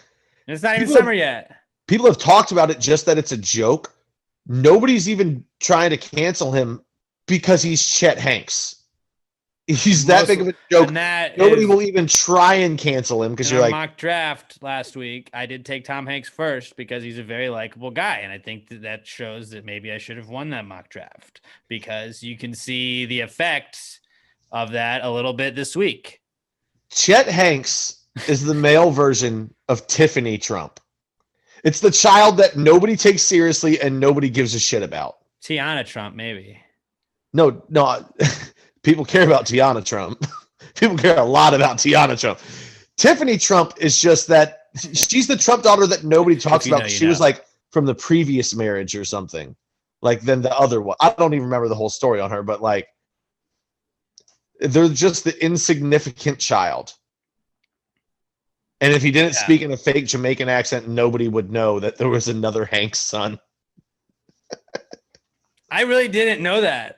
Honestly, like I did not know that Tom Hanks had another son besides Colin. I was like, until like, was it a month and a half ago when the Bossman Biden Bombaclat video came out, and I was like, holy shit, there's two of them, and this one's a fucking joke. Hold on, let me. Do you know what video I'm talking about? Did you know that Chet Hanks was adopted and was actually the son of Forrest Gump in the movie Forrest Gump? Okay. Did you know that? That kid definitely had a higher IQ than Chet Hanks. That is a crazy movie fact. If you guys gonna take that and tell your coworkers tomorrow, definitely don't fact check that. But he just adopted him. He was like, "Fuck it, let's take this kid." He was driving by Hollywood. Am I right? He was driving by a meth lab one day, and a child came walking out, and he just put him in the car, and that's Chet Hanks. He just picked him up and started running.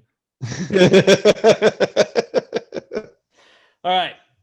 So White Boys are back, but they're also not back because we're disavowing that. So please put it on the record, Robert. Again, highlight Pat not a pedophile, his non-pedophilia statement he made earlier. And then also we are anti-White Boy Summer. Just make sure that's highlighted. So when the people we don't hang out with little girls or white boys. That's our commitment. We hang out with white boys, but not only inclusive to white boys. We hang out with people of all races and religions and sexes and all of that. Okay, that was weird. I feel like I'm painting myself into a corner there. I love making things weird. Moving on, let's get to the What Would Jesus Do segment of today's show. If you would like to submit a What Would Jesus Do, basically throw Jesus in a situation he would find himself in today's times. Hashtag PTGWWJD. Tag us in it at Pass the Gravy Pod. I'm at Alex J. Middleton. Pat's at Not Pat D. And Robert is at Robert Barbosa 03. We didn't know what Jesus would do when we got those bracelets that said, "What would Jesus do?" So we're going to tell you what he would do. At Pass the Gravy Pod, use the hashtag PTGWWJD. We're only going to do this segment until you guys stop submitting stuff. So keep them coming. This is the What Would Jesus Do segment. Jesus, Jesus, what would Jesus do? Jesus, Jesus, what would Jesus do? Put him in a situation in a matter of time. If you wrote this jingle, do you think he'd make it rhyme? So think about this crazy world in which we live today, and how would Jesus handle it in any given way? Hey, remember last week when we played the intros and the jingles and Pat just lost connection every single time? Every single fucking so actually, it was Robert's fault because I was streaming fine until that shit started. I was the one playing that. I wasn't the one playing it. Yeah. So yeah, it was wasn't Robert's kicking you fault. off. It was Robert's fault because Robert had nothing to do with it. You're right. Yeah. That makes it even more suspicious now. This week's What Would Jesus Do? He's the puppet master behind the scenes. This week's What Would Jesus Do comes to us from the man that made us the jingle for What Would Jesus Do? And I'm talking about Jingle Blake Wonder. He's on Twitter at The Sexy Bananas. And Jingle Blake says, if Jesus were to get plastic surgery, what would he enhance first? And what would be his priority list of upgrades? Obviously, immediately he would want to fill in the holes in his hands. Cosmetically, at least. I mean, he's Jesus. What about the holes in his feet? He would also want that. Don't you think he would rather do the feet first before the hands? You could wear the sandals that cover up the holes. I just feel like, No, I think he would want a cosmetic. You stick out a cosmetic. little bit more wearing gloves than you do sandals. Yeah, but it would hurt to walk with holes in your feet. But I think he would want to fix those for our first. sins. So I mean, I feel like you're right. They did do a lot of feet washing then. I'm gonna say I neither. mean, obviously, I'm gonna fixing go those calves. holes in his hands and his feet would probably be 1 and 2. I think Jesus is a guy that would prioritize how good his calves look. He's a calf guy. I think he's. I don't know why. I don't know 'cause why. He literally raised calves.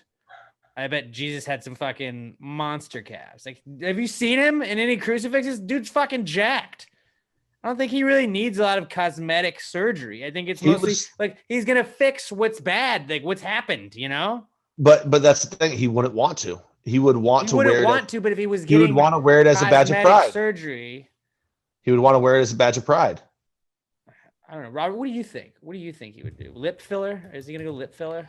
No, that's always a bad idea. Always. I think he'd get some booty injections. The Brazilian butt lift, maybe. Mm-hmm. You think Jesus wants that donk? Yeah, He needs it. He deserves it.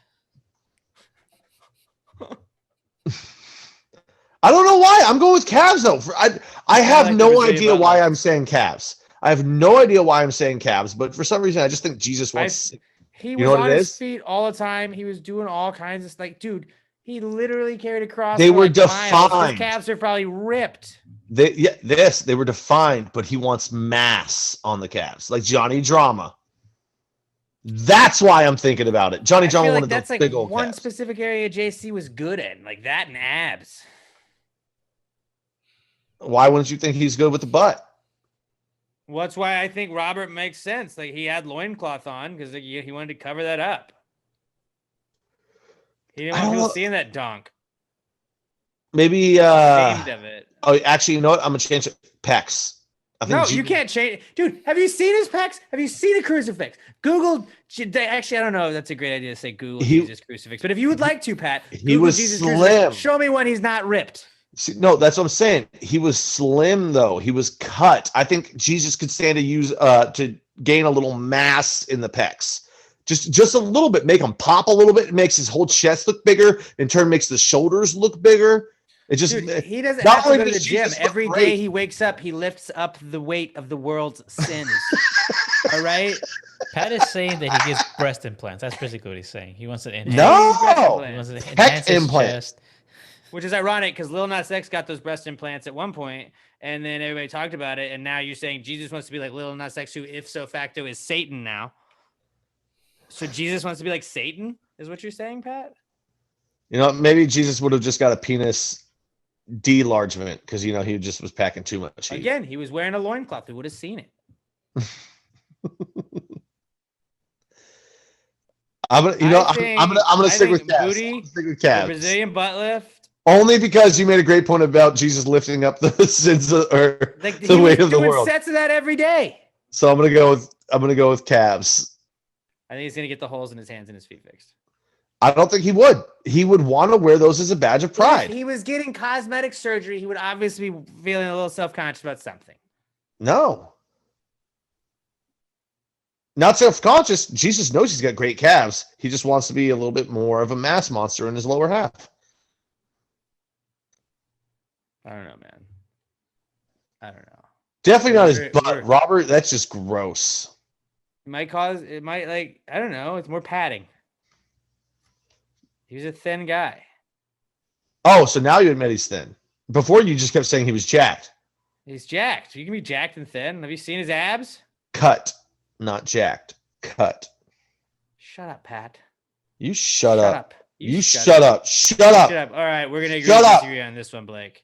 Let's move on to our mock draft. So we go from Jesus to a mock draft of the devil. What a segue right there. But I'll tell you something that if Jesus drank beer, which I feel like my Jesus would be a cool Jesus, he would drink beer. I think that he would be drinking something from our fine friends over at Southern Star Brewing Company, the best beer on the motherfucking planet. Actually, my buddy Keith, our buddy Keith, hit me up. I got some releases for everybody that I can keep you guys aware of if I can fucking find his text here. This is great. This is a great podcast bit that we're doing right here. I'm trying to hold my cans, but I'm also blocking the screen, so I can't see what I'm holding up. All right. Well, he's. Oh, you got it. You got it. So they're beers that will be released soon, and we always tell you, Southern Star never lets you down. They fucking always come out with new stuff. That's what we love about them. Like if you ever get tired of a Southern Star beer, like first off, you're lying because you can't get tired of a Southern Star beer. But like they make so many every like all the time. There's a new one that I go to the tap room and I try out a new one. And April 17th, they're releasing the Vit beer. Mid-April, their lemon pie tart beer. May the 4th, their Natra Gal Stout, their Mandalorian Stout, basically, is what they're calling it. And then, I don't know if y'all have heard about this, but May 29th, there's a little beer they're going to have called Darlin' Like a Marlin. Released along with a live podcast from Pass the Gravy Podcast. Pass the Gravy Podcast, Darlin' Like a Marlin. May 29th will be the release of that. They got all kinds of awesome stuff going on at the tavern. May 1st, I believe they are having a party out there. Hold on Hollywood will be playing. I think we may go up there and party for May 1st. That'll be a fun time, Saturday, May 1st. So if you want to mark that, and then we can start our month in Southern Star and we can finish our month in Southern Star. We'll start at May 1st, walking out, hanging out with Hold on Hollywood, and then we can go and close it out May 29th for Darling Like a Marlin. Shout out to Keith and the whole gang at Southern Star for Darling Like a Marlin. Guys, I have an idea for the can, and like the can's fucking sick. The can's fucking sick. Robert, I know you don't drink. I'm not gonna press you to drink, but like, are you gonna at least like keep a can, right? Like you'll have a can like on display because like, I'll drink your one. Your podcast has a beer named after it. I'll drink one, and I'll give you the empty can. We'll wash it out so it doesn't stink. But then you can call it like that's bugs. I thought like maybe it's a collectible. It's like a Coke bottle. I hadn't thought about that. I'll give it some thought. Or actually, maybe we can probably just get them. We can probably just give them to give us an empty can for him. We could definitely like just slap a label on the can, and I'm sure they would. It's just like that's one of the coolest that. things that's ever happened. So like, we did it. Darling Like a Marlin. I said it was gonna be a thing. It's literally a thing now. It is a beer. It is a beer that will be released by Southern Star, and I haven't even tasted it. It's gonna be the best beer of all time. Yeah. I promise you. Hey, and you know what? So they've got some stuff coming up too. If anybody is a bike person, you got a motorcycle, you're into that shit. Saturday, April 3rd, 9 a.m., first annual bike rally and bike show up at Southern Star. Maybe that's not your thing. Next day, Sunday, Crawfish Sunday. Oh, crawfish is always a thing. Yeah. Crawfish is always a thing. So Southern Star Brewing Company, 3525 North Fraser Street up in Conroe. If you want to go check out the tap room, it's an awesome tap room. The gang there, they're like family. Let them know you're part of the Gravy Gang. Be like, yo, I'm part of the Gravy Gang. They'll get it. They'll hook you up. They'll let you know they appreciate you supporting the people, supporting the podcast. Southern Star Brewing Company, the best beer in the entire world. If you're enjoying a Southern Star, if you're drinking a Southern Star, tag them on Twitter and Instagram at Southern Star Brewery or at Southern Star Brewing Co. and at Southern Star BC on Twitter and Instagram. Tag us as well at Pass Grade Pod. Let them know you heard about them on Pass Grade Podcast. Southern Star Brewing Company, the best beer in the entire world, the official sponsor of Mock Draft Season, which we begin now. We're gonna do a mock draft of the Devil of Devils. The Devil. What are we calling this? The mock draft of Mock the draft Devil? of devil. Mock draft of Devil. Just the word Okay. devil. Because of Lil Nas X getting everybody outraged, this is the #1 Lil Nas X stan podcast on the internet. We are going to do a mock draft of devils. Now, this is literally like a devil that could be in film, TV. It could be anything related to devil, basically, that has the word devil in it is up for grabs. Now, last week, we had a mock draft of most likable people. Robert won by 40% of the vote he had. I had 36% finishing in second, and Pat had 24% finishing third, which means this mock draft season so far, I am still in first narrowly now. I have 3 wins. Robert is in second with 2, and Pat, bringing up the rear, he has 0 wins still on the season. We got, I think, like a month left. A month left of these, so it's time to make your move if you're gonna make a move, Pat. But just vote on this based on. I've made my move. It's just people like to troll me. If you want to use that excuse, yeah, maybe. I mean, it's not an excuse; it's a fact. I had, like, objectively, without a doubt, the best list last time. That seems like an opinion, but okay. I mean, The Rock has only, voted the most likable man on the planet the last 2 years in a row. But go off. Regardless. Check with Kenya. She broke it down perfectly. Fuck you. We're going to be doing a mock draft of devils. And Pat is going to be picking first since he finished last. I'll go second since I was second. And since Robert won last week, he will be picking third. It'll go Pat, me, Robert, Pat, me, Robert, Pat, me, Robert, Pat, me, Robert. There is no snake draft in mock draft season. Pat with the first pick in the mock draft of devils. Who you got? I mean, this is obvious for me. I'm a big fan of country music. Devil Went Down to Georgia. One of the greatest songs in the history of music. Fuck your silence. That's a great pick. I'm actually writing it down. You're making me feel self-conscious already, and I don't like that. No, I knew what you were doing. I had that on my list. I did have that on my list. Devil Went Down to Georgia by the Charlie Daniels Band. I'm going to go with Deviled Eggs. I'm not a fan personally, but I feel like that's probably the most well-known devil You're just gonna thing. Pander? No, that's like, if you say like name something not the devil that's got the word devil in it, I would say deviled eggs. Okay, pander. Robert? All right. What about you? I'm going to go with Satan from South Park. Damn it! Damn it, you son of a bitch! I'm surprised you didn't take that one first. I thought I could get it in the second or third round. I knew Pat was going to circle back to that. I knew he was totally going to circle back to that. All right, that was a good one. Pat, back to you. All right, I'm gonna have to go with another song then. "Sympathy for the Devil" by the Rolling Stones. All right, that's a good one. Just opening riffs of all time. Beautiful song. All right, I'm gonna go next and take.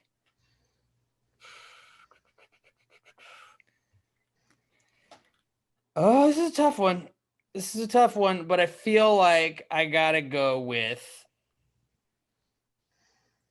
the Devil's Lettuce.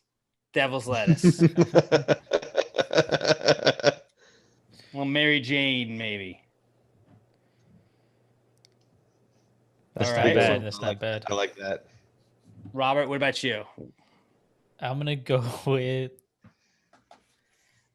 Devil's Food Cake. I was thinking about that. I should have taken it instead. Yeah. Solid This is one. where it gets tough. All right. You know what? I'm going to go with Taz from the Looney Tunes. Tasmanian Devil. The Tasmanian Devil. I didn't even think about that one. Yeah, Taz, dude. Taz was my boy growing up. Love that guy. Crazy son of a bitch. I feel like he must have been the poster child for every kid with ADHD. I am gonna go. Oh, this is an easy one. How about the Troops? Ever heard of the Marines? The Devil Dogs. You son of a bitch. Troops. Shout out to me for picking the troops. So, says a lot about Well, you you're guys not- and your not- lists. I mean, you're just choosing the Marines. You, Still picked them before you did. I don't know. I mean, What, Robert? I don't know if you can. I don't know if you can list it as Marines. They have to be listed as devil dogs. It says Devil dogs, parentheses, Marines is That's what what I'll allow. That's what. Yeah. Yeah. I'll allow. That's what I was going to do. And then Okay. maybe if you want a second set of parentheses, maybe crayons, but you don't have to put that in there. Probably won't put that. Probably won't put that. But All Brett right. Brandon liked that joke right there. All right, Robert, your third round pick. You know, I think this actually became pretty difficult pretty quickly, just because I didn't have that many good ones. I didn't have too much time to choose. I'm gonna go with. Okay, does this play? I'm gonna go with Beelzebub from Bohemian Rhapsody. I'll allow it. Does I that don't play? get it. Because they say Beelzebub, the devil that is. What does it say, Pat? You know the lyrics. I can't think of the exact line from it, but yes, they mentioned Beelzebub in Bohemian Rhapsody. I know. As I was scrolling through things, I came across that, and I didn't put it on my list. But yeah, so I would put Beelzebub and then parentheses Bohemian Rhapsody when you put it up on the poll. Okay, All right, Pat, your final pick. man, this is fucking tough. Because I feel like most of the ones that I want to choose now, a lot of the people will have not seen.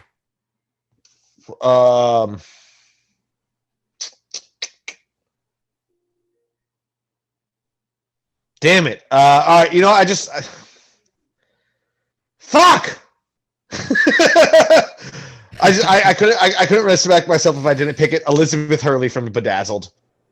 When Elizabeth Hurley played the devil. I feel like 90% of this people listening have not seen that movie. If you have not seen it, before you vote, go look up Elizabeth Hurley Bedazzled. She plays the devil. She's got this one schoolgirl outfit where, I mean, every outfit she has, she looks great in. But that one she actually took from her own closet. That wasn't even from wardrobe from the film. Fun fact for you right there. But if I did not pick that, I would feel bad. I was gonna take New Jersey Devils. That just seems too easy, right? It seems like it's too easy. Plus, nobody So I gives a feel shit like about I will- hockey except for us two. Right. So I'm gonna pass on that. I'm gonna go with slutty devil costumes on Halloween. That's a good one. I mean, that's kind of what I just took. But it wasn't Right, just but devil costumes. She wears slutty costumes in every scene, but she's always the devil. So think about that when you're voting, people. Mine's better. mine could be anybody. Yeah, I'm but not mine's calling these Elizabeth women sluts. Hurley. I'm just saying that's that. Mine's just straight up Elizabeth Hurley dressed slutty and looking gorgeous at all times. All right, Robert, bring us home. All right. Something bad, so I win. Yeah, Not gonna win anyway. I think I may go with something bad. I'm gonna go. You just made me spit beer all over myself. I'm gonna go with. Oh, I'm gonna do it. I'm gonna go with him from the Powerpuff Girls. Girls. Yeah. Solid choice. I didn't put him on the list, but I had him on mine. I didn't put him on because I knew I wouldn't choose him, but it was definitely one that I came across and thought about because that does also hit our audience slightly younger than us. Mhm. Yeah, But that also might be, I don't know. Great choice though. Him was great. It was a good last pick. So, all right, here we go. Our mock draft of Devils. Pat has the Devil went down to Georgia. It's Charlie Daniels. Yes, Charlie Daniels Band. From Charlie Daniels. Sympathy for the Devil by the Rolling Stones. The Tasmanian Devil and Elizabeth Hurley in the movie Bedazzled. I have deviled eggs, devil's lettuce, devil dogs, the Marines, aka the troops, no big deal. Crayon and eaters. then slutty devil costumes on Halloween. Robert has Satan from South Park, Devil's Food Cake, Beelzebub from Bohemian Rhapsody, and him from the Powerpuff Girls. Now I'm pretty excited because there were a lot of these that we didn't choose that are honorable mentions. The New Jersey Devils obviously was one of them. Yep. The Robot Devil. Yeah, the Robot Devil from Futurama, which I wanted to take so bad, but I don't know how many people actually watch a lot of Futurama. That's one of the great animated characters of all time. Devil Wears Prada, Duke Blue Devils. Yeah. That's another one. I was going to say Nancy Grace, but I didn't know how many people would get that don't listen to the podcast. Oh, she's the devil. She is the little girls, because like Mama said from The Waterboy, little girls are the devil. Becky Valentine is also Becky Valentine is the devil. I really wanted to take this as my last pick, but I don't think enough people would get the reference. As the phrase "as red as the devil's dick." That's a great one. Pineapple Express. It's like, I'm the Asian officer at this kid's school, and well, these kids' eyes were as red as the devil's dick. That's a great one. That always has stuck with me. Devil's Three-Way. A Devil's Three-Way. Yep, 2 horns. Mm-hmm. I never get it. Did you never got that? I mean, it makes sense. It makes sense. I had The Devil You Know and also The Devil You Don't. Yep. I think that's like a phrase. Little Nicky's dad. Yeah, that was one I almost took instead of Elizabeth Hurley. Rodney Dangerfield as the devil in Little Nicky. Which is one of the weird. Was Rodney Dangerfield the dad? I don't think he was the dad. Yes, he was. Was he? Oh, no. Harvey Keitel was the dad. Rodney Dangerfield was Harvey Keitel's dad. Right. Yes. Right. Harvey Keitel. Yeah. Oh, good thing I didn't take that. I would have fucked that up completely. Yeah. So but that was also such a weird Adam's like, I talk like this now. Hello, I'm Little Nicky. It's like I was hit in the face by a shovel. it was such a weird show. But that movie was great. Everything about it. You turned a Coke into a Pepsi? It was pretty good for my first try. I'm evil. You see? I had Cruella Deville. Yep. Which I mean, basically, like that's why that was obviously why it was her name. Duh. So yeah. Cruella Deville, and then Lil Nas X, who is now the new devil. Yeah. But I didn't know again how many people would get that. I also had "Running with the Devil" by Van Halen, but I just didn't want to take all songs. The Devil's Advocate with Keanu and Al Pacino, phenomenal movie. This is one that I wrote down, but I knew that nobody would know it, so it would. Why didn't Lil Nas X just call it "Twerkin' with the Devil"? It's 2 on the nose. Perfect, though. 2 on the nose. Putty from Seinfeld when he face painted himself for the New Jersey Devils. I'm a fan. Dave Grohl in The Pick of Destiny, he played the devil. And then the last one I had was Robert Johnson, which a lot of people won't know. He was a famous African-American guitar player back in like the, I want to say like 40s, 50s, 30s, somewhere in that range, where out of nowhere, he just appeared as one of the greatest guitar players of the era. And it was a big thing back then that the rumor was he sold his soul to the devil at the Crossroads, which eventually became a movie with Ralph Macchio in about 1987, 88, 89. Crossroads. It's a famous story. Karate Kid. No, it was called Crossroads. But Robert Johnson, one of the greatest guitar players of all time. And the rumor was he sold his soul to the devil to be able to play, because he couldn't play that well, disappeared for 2 years, and out of nowhere, he was one of the greatest guitar players of all time. But I had to at least include that to educate people on Robert Johnson, because it's one of my favorites. There we go. Robert, you got any more? Yeah. I had Speak of the Devil. Fuck, that's a good one. I had. I'm glad you didn't use that one. That would have fucking killed. I had Lucifer, the TV show. And I had Handsome Devil. I thought that too. I said, yeah. You had me? You had me on there? No, I see what you did. Yeah. I see what you did. I'm really surprised that New Jersey Devils and Devil Wears Prada are not. Well, New Jersey Devils was it was 2 on the nose, man. William Clark Green also has a song. I don't know if it's the exact title of the song, but he says Nobody knows who that "Speak is. of the Devil." I know, but I'm trying to Well, educate. I know somebody's just yelling like, "I know who he is." I know who William Clark Green is. Hey, will you do me a favor and tell our friends about Alamo Remedy while I go pee real fast? I will tell them about Alamo Remedy, and actually, I will start out by saying I'm a little bit depressed right now because I went up to see my family a couple weeks ago, and I left my Alamo Remedy lotion up there. Now, this is especially traumatic to me right now because, as I complained about last week, I hurt my shoulder up there clearing some logs and clearing some brush from the storm. And when you know it, I came back home and I forgot to use it. My shoulder has really only gotten worse, Robert. So this is not the ideal time to not have my CBD rub for the shoulder. I told my dad about it when he was in town the other day because he was saying how he hurt his hand. I go, oh, well, I hurt my shoulder. And he goes, well, stop being a pussy. And I was like, oh, thanks, Dad. That's really supportive. You know who would support me, though? Alamo Remedy. They've got tinctures for you. They've got the cucumber melon cream, like I said, and me and Alex always say, you can't eat it. You're going to want to. It smells great. You want to eat. Don't do it. Don't do it. They also have the hemp flower.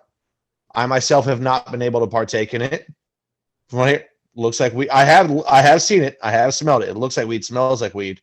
It's beautiful. But you're not going to get that paranoid feeling when you go out in public. You're going to be able to load up a little bowl, maybe roll yourself a Rillo, however you prefer to do it. I like when I prefer It'll chill you out. You prefer it? Yeah. Well, no, see, you won't prefer it because it doesn't. I'll prefer it. I can do it and I can go to a fair and I'll feel great. But also, I saw they've got a new form that is coming out, Alex, if you want to tell us about it. They've got a new way to enjoy your CBD. Lip balm now. You can get CBD lip balm for just $9 now. Hydrating CBD lip balm at alamoremedy.com. Most of their products are $17.99, like the capsules, the tincture oil, the lotion, and the gummies. But the lip balm is just $9. They got lemon. I'm looking at all the flavors now. They've got multiple flavors lemon, too? Peppermint. Like, Ooh, these are just the peppermint, ones I've seen right off the bat that look great. Oh, great. you want that tingle. You definitely want that tingle. Yeah, lemon and peppermint seem like the two that I can see. But yeah, you can get those for just $9. And then the hemp flower is, I believe... Not to mention, they always say, nobody ever finishes a tube of lip balm. If you've got that CBD in there, you're going to hold on to that one. That's one that you'll actually care about. Right, because they'll give you a little tingle. And so like, I'm telling you, check out the lip balm. If you get the lip balm, tag them, tag us. They are at Alamo Remedy and at Alamo Remedy CBD on Twitter and Instagram. Tag Pass the Gravy Pod on Twitter and Instagram as well. When you get your products, let them know you support the people supporting us. And if you use our promo code PTG at checkout, you're going to get 10% off of your order. That's promo code PTG at checkout for 10% off your order. Raspberry they have as well. Okay, on the just the home menu. Lemon, peppermint, natural, raspberry, and vanilla.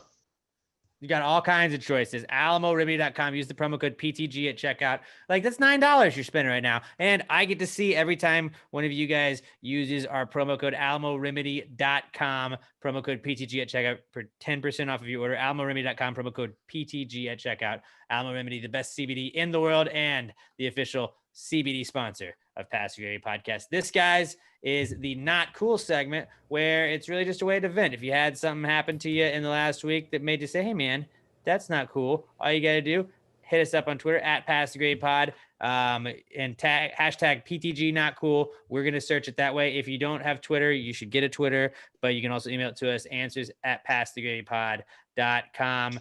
It's not. No, you can't. That's the answers. I'm introing us to answers. Do not email us. You're not cools. Hashtag PTG not cool at Pass the Gravy Pod. Well, usually you would do the Southern Star ad, so I'm thrown off right now. I don't know. I don't fucking know. Probably because you're dumb. Yeah, I guess I'm dumb. Shut up, Pat. But AlamoRemedy.com. They're cool now. Not cool segment. Hashtag PTG not cool at Pass the Gravy Pod. Send us your not cools and we will read them. This is the not cool segment. Not cool, man. Dude, that's not cool. Not cool. Not cool. Dude, that's not cool. Not cool, man. Dude, that's not cool. Not cool. Not cool. Dude, that's not cool. That's not cool. That's not cool. I'll go first with my not cool. because it's not really a great one, but just like I understand what the NCAA was doing by moving some stuff around. Like normally the tournament would be the NCAA tournament, the basketball tournament would be the like round of 64 started Thursday of the first weekend. Then it went Thursday, Friday, round of 32 is Saturday, Sunday. This year they did it Friday, Saturday, Sunday, Monday. And then they did the Sweet 16 instead of Thursday, Friday, Sweet 16, Elite 8 was Saturday, Sunday. They did Saturday, Sunday, Elite 8, Monday, Tuesday, or Saturday, Sunday, Sweet 16, Monday, Tuesday, Elite 8. And it's cool if you start games at like 4:00, I feel like. But they started games at like 6:30. And obviously because it's a big game, they're going to have more commercials. They're going to have more time in between games. And it was like they were tipping off, the late games at like 9:30, 10:30. It's ridiculous. And we're not East Coast. Like if you're East Coast, that was like a 10:30, 11:30 game you had to watch the start of. And I get college basketball games don't typically go as long as a lot of other sports do. Isn't it a little late though? It's pretty fucking late. And like as somebody that doesn't really get a lot, like I don't sleep a lot, so like I'm usually not one to complain. But I was like, why the fuck is the Baylor game starting at fucking 9:40? Like what the fuck? Which you got to think about. Yeah, okay. So it starts 9:40 for us. That's 10:40 East Coast. It's not finishing till after midnight East Coast. It's 7:40. Like, that's like a 7:00 start West Coast. Yes, again, like you want, there were some West Coast teams there, so you want. But I get it. Like you can still start at 2 p.m. there. You can still start it at 7:40 our time. That's 5:40 their time. That's still almost 6:00. That's a good time to start games. I don't care what time you get off. Like a lot of people, I work till 5 here, 6:15 here, and it's just, I don't know. I didn't really have a bunch of bad stuff happen or anything. Like it was an easy. It's just week, ridiculous. That was just one of the things that it was my gripe. Where I was like, God damn it, guys! Like I'm tired and I want to go to bed. Although the first night I did go 5-0 on my bets, which I was pretty stoked about, not to brag, at Gravy Gambles if you want to follow our bets. So I was up anyways. I had to watch the Vegas game to see if I could go a perfect 5-0 at Gravy Gambles. I'm trying to do a gambling show every day. I didn't do one today because not a lot of people have watched, but it's one of those things like I don't want to get tied down to something I have to do every day. I guess this is another not cool. I'll add on to it. Because like at Gravy Gambles, we do talk about gambling a little bit. I want to try and like not be as gamble heavy as we are because I feel like people don't gamble, don't really care. So I was like, if I just do on Gravy, like at Pass the Gray Pod on our Twitch channel and on our Facebook page, and then on the Gravy Gambles Twitter, like if I just do it was like a 5 to 6, 7 minute show every day. Yeah. Just explaining my picks. Not a ton of people watched it, but like I also didn't have a set time because if I have a set time and I have to make every day revolve around that, I'm going to hate it at a certain point. And I don't want to like hate it. So it's like, I just want to like, whenever I get off work, whenever I feel like it, I'll just sit down and explain it. And I don't know how to do that, but it's just like, that's one more thing where it's like, this is just one more thing I'm tying myself to that is going to be fun for 2 weeks. And then it's going to become a burden. Well, what you should, so that's why I may not carry on. Just tweet out like a 10-15 minute from the main podcast show or even from Gravy Gambles. Just, hey, picks are going to go live at 10-15 minutes. I mean, but I tweet out the picks ahead of time anyways, so. But I'm just saying me explaining it. But oh, okay. So yeah, tweet them out and then just go, hey, 5-10 minutes, we're going to do the show. Or maybe just, it would probably work better if you just say picks going live in 10-15 minutes. Do the show at the conclusion of the show, then you send the picks. Or just days that you don't feel like doing it, just send the picks. Yeah, I'll figure it out. But just trying to decide what I want to do with it, that's my not cool. Just because it's like it's a problem that I'm creating myself. So like I am my own not cool in that aspect. But I do have some numbers for you. I've been keeping track of every bet on Gravy Gambles at Gravy Gambles. You can go and check and check back if you want to do your own work. Since 8/25 of 2020, I have been keeping record of every bet. Overall, we are 501, 447, and 12. It's a pretty solid win percentage. We're winning more than we're losing. Parlays 21 and 45, not great, but the payouts were in the green. because we've won big when we've won some parlays. Yeah. So there you go. NFL 91, 89, and 3. College football 46 and 51 are big money makers. College basketball 85, 57, and 2. NBA is 67, 48, and 1. And then NHL, we're 120 and 84. That, like, we're murdering NHL this year. Yeah. We said all the money. We've won a lot of the money. We haven't won all the money yet, but we've won a lot of the money. So those are some numbers. If you want to follow Gravy Gambles at Gravy Gambles on Twitter, it's nothing big. I just like literally once a day I tweet out my picks, and maybe I'm going to do this show. But me trying to decide whether or not to create a show or do anything with it, that's my not cool. So who wants to go next? I'll go next because I got a couple I can run through real quick. First one, I get home from work yesterday. My sister told me she broke my, every time we go up to Southern Star, they give us a, whatever glass they're selling that time. My Texas Golden Bach, nice glass that they gave us. She broke it. She was doing the dishes, and I just knocked out the counter. Yeah. My sister, she's a bitch. Not cool. Not cool. My second one is I looked today and I found a vaccine appointment right next to me, super close. But it was for 3:45 p.m. today, and we usually start this up around 2:30 to 3 o'clock, so I could not go. So, god damn it. And then I looked, and there's nothing else around for the same location, nothing for like the next week. And I was like, right. God damn it. On vaccines, I am not judging anyone on getting one or not getting one. I feel like I haven't gotten mine yet, and people are like, what the fuck? When are you like? I feel like everybody and their mom is like, yo, can I help you schedule an appointment? Like, I'll help you schedule an appointment. I can find one. Yo, can you do that? And like, I will schedule my own fucking vaccine appointment when I want a vaccine. Okay. And my point is like, now. right now, sometimes you have to drive like an hour each way. And that's like, that is 100% what I wanted to like bring up, I guess, just because you talked about vaccine. And it's like, I'm cool getting it. I'm cool with getting the vaccine, and I'm cool with the people that don't want the vaccine at all. I don't care. If you want to drive an hour, that's cool. But my goal is like, I luckily am not a super high risk person right now. Mm-hmm. I think there's still people in our age range. I know all adults in Texas now can get it. I feel like there are other people that probably need it a little bit more than me. And like, I also am lazy, so I don't really want to drive. See, the people that need it more is not an excuse anymore, because now it's available. Like, there's so much that like I would rather the high risk need it. The higher risk people can get in like whenever they need to. Like that's not a problem. It's just laziness at this point, which is it is for me as well. Like, I'm not driving to Baytown. I'm gonna wait a couple weeks. I'm not driving from fucking Katy to Baytown. I want to wait till I can get it around the corner, like within 5 to 10 miles of my house. Dude, it was 2.5 miles away. If we were not recording today, like if this was next week and we were recording on a Tuesday and Wednesday it was available, I would have had my first shot already. Right. And so like, but it just so happened.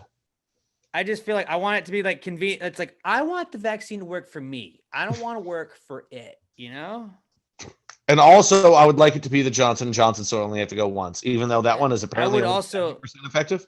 I would like the Johnson & Johnson one as well, and I also would like one that's not going to make me feel bad, because I feel like I don't give a shit. I don't give a shit. I don't want to feel bad. I just don't want to just give me one of the cool ones. I don't give a shit. I just want to get it fucking done. I don't care. Like, I'm also down to create a fake vaccine card business. Like, nope. If anyone wants to hop in on that, we'll get a bunch of free shit. That's more fucked up than anything I've said. Just to get like free Krispy Kreme. You're gonna get free jail time, is what you're gonna get, and there's no no house arrest this year, buddy. Yeah, Robert, that was what we observed earlier. Well, last year was probably the best year to be under house arrest, just because you didn't really miss a time. And you could just say, "Oh no, I wasn't in jail in my home. I was socially distancing. I wanted to be home. I was watching Tiger King 87 times." This, like on my Facebook memories, like this time, this week last year, we were like breaking down, dude. And Tiger King, this is nuts. Like, it's literally 1 year from the week that Tiger King had come out, and we talked about. Yeah, I might binge that in the next day and a half. It's so fucking funny. And my last one is just that, dude, I'm super bald. Like And I let me preface this by saying I still don't fucking care. Like for a half second this morning, I thought about I was like, maybe I should check out some Rogaine when I go to the store later. And then I was like, wait, I don't give a shit. So I got out of the shower and no, I got out of the shower and just like I've known for a while that like my hair is super thinning and I'm fucking going bald. Like I've no, it's not like it didn't sneak up on me like, oh shit, I'm fucking bald. But if you guys want to check our text messages, I sent a couple pictures to you of the top of my head. Like I got out of the shower this morning and I was like, well, let me take a couple because I pushed my hair back and it was all spiked up and I was like, whoa, that's fucking bald. So then I combed it to the left and I combed it down and I was like, dude, that's still super bald. And then I combed it to the left and I was like, fuck, I'm bald. I'm bald. Like there's hair up there, but your like dad's not bald, is he?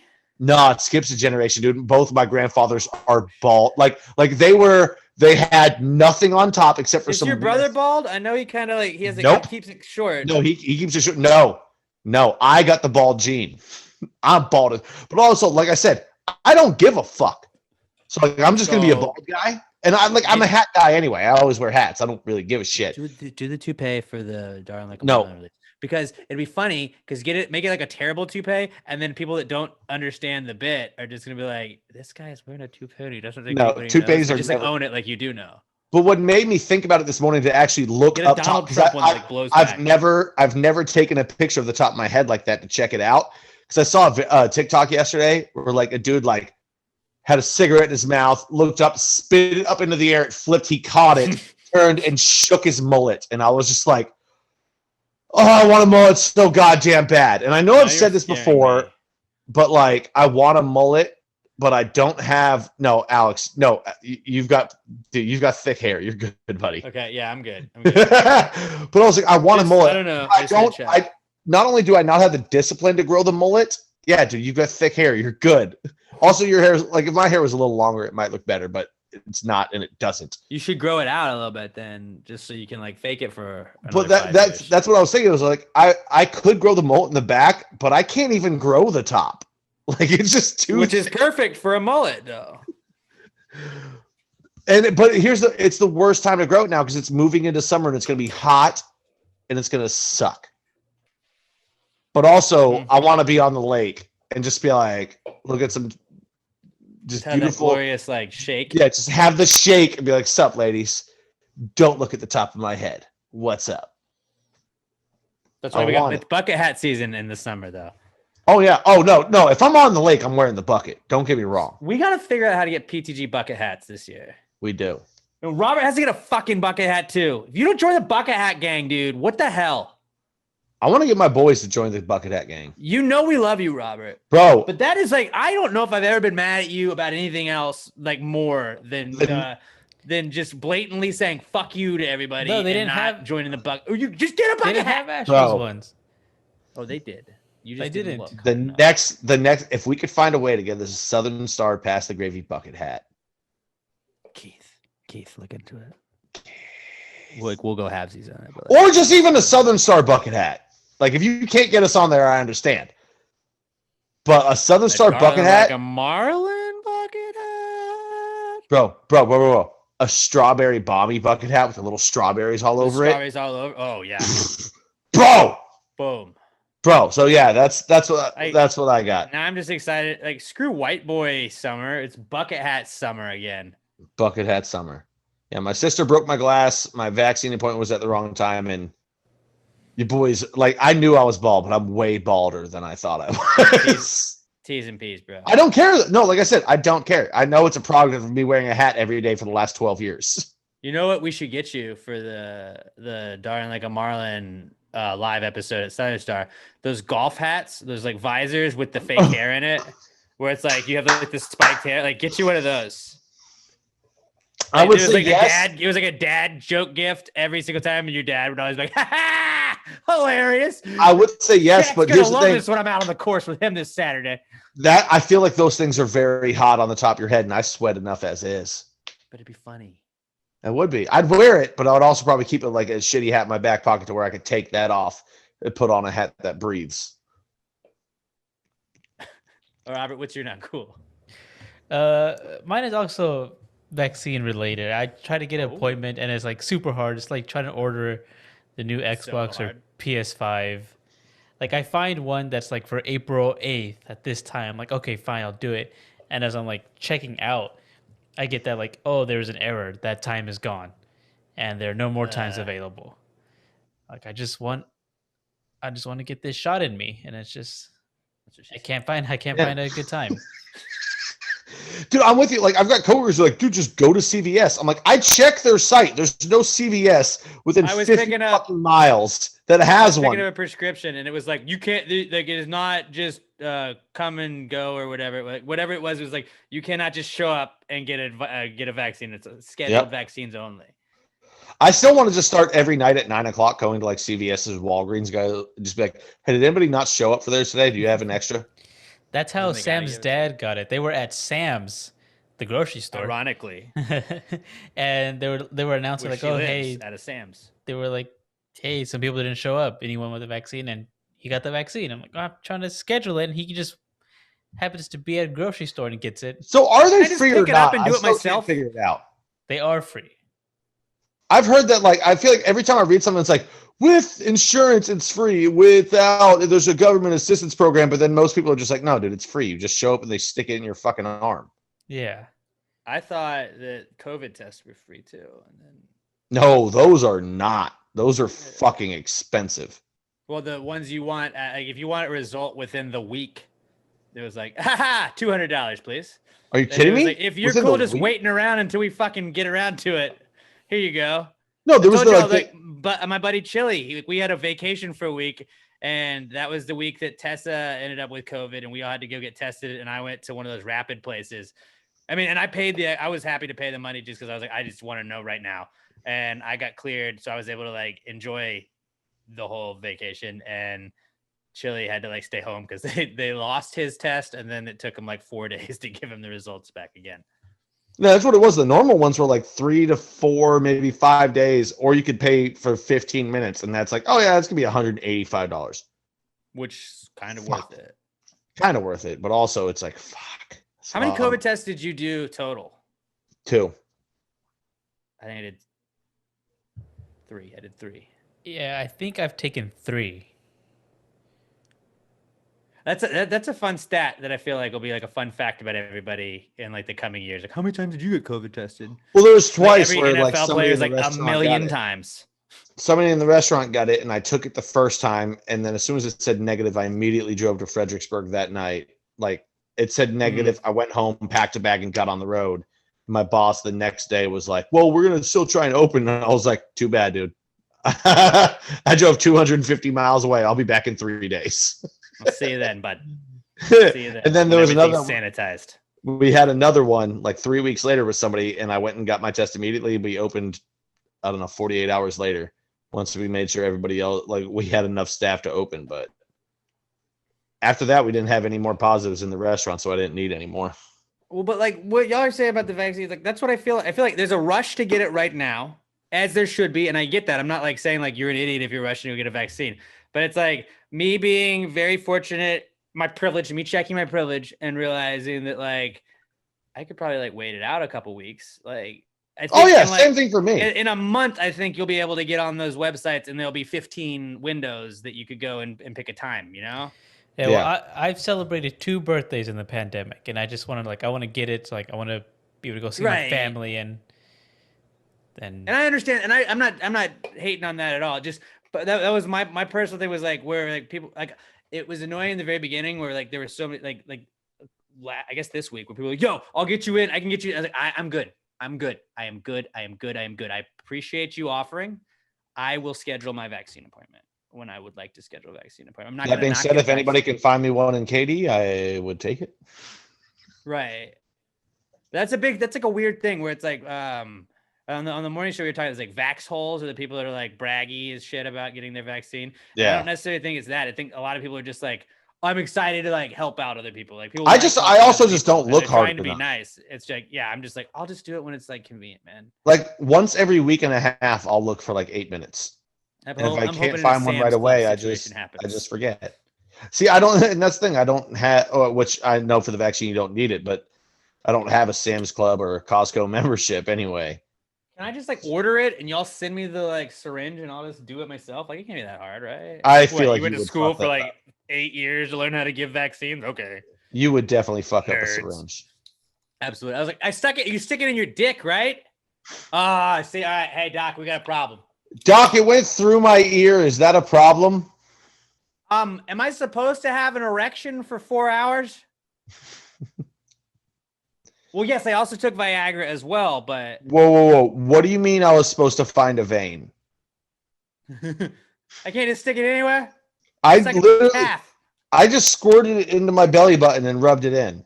Like I thought just- that was I gonna tried work. to Just drink it. injected it into my mouth. Yeah, I drank the vial. I shot it into a shot glass, covered it in whiskey, and just downed that bitch like I was in college. It was like a pickleback. Like, sir, you need to go to an ER as fast as possible. You poisoned yourself. So yeah, all right, those were our not cools for the week. I think those were this was a pretty mild week for not cools, which I guess makes it a good week.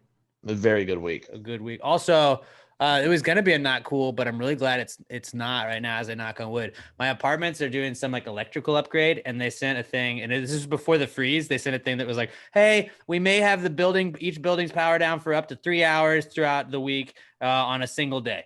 They didn't tell us which day.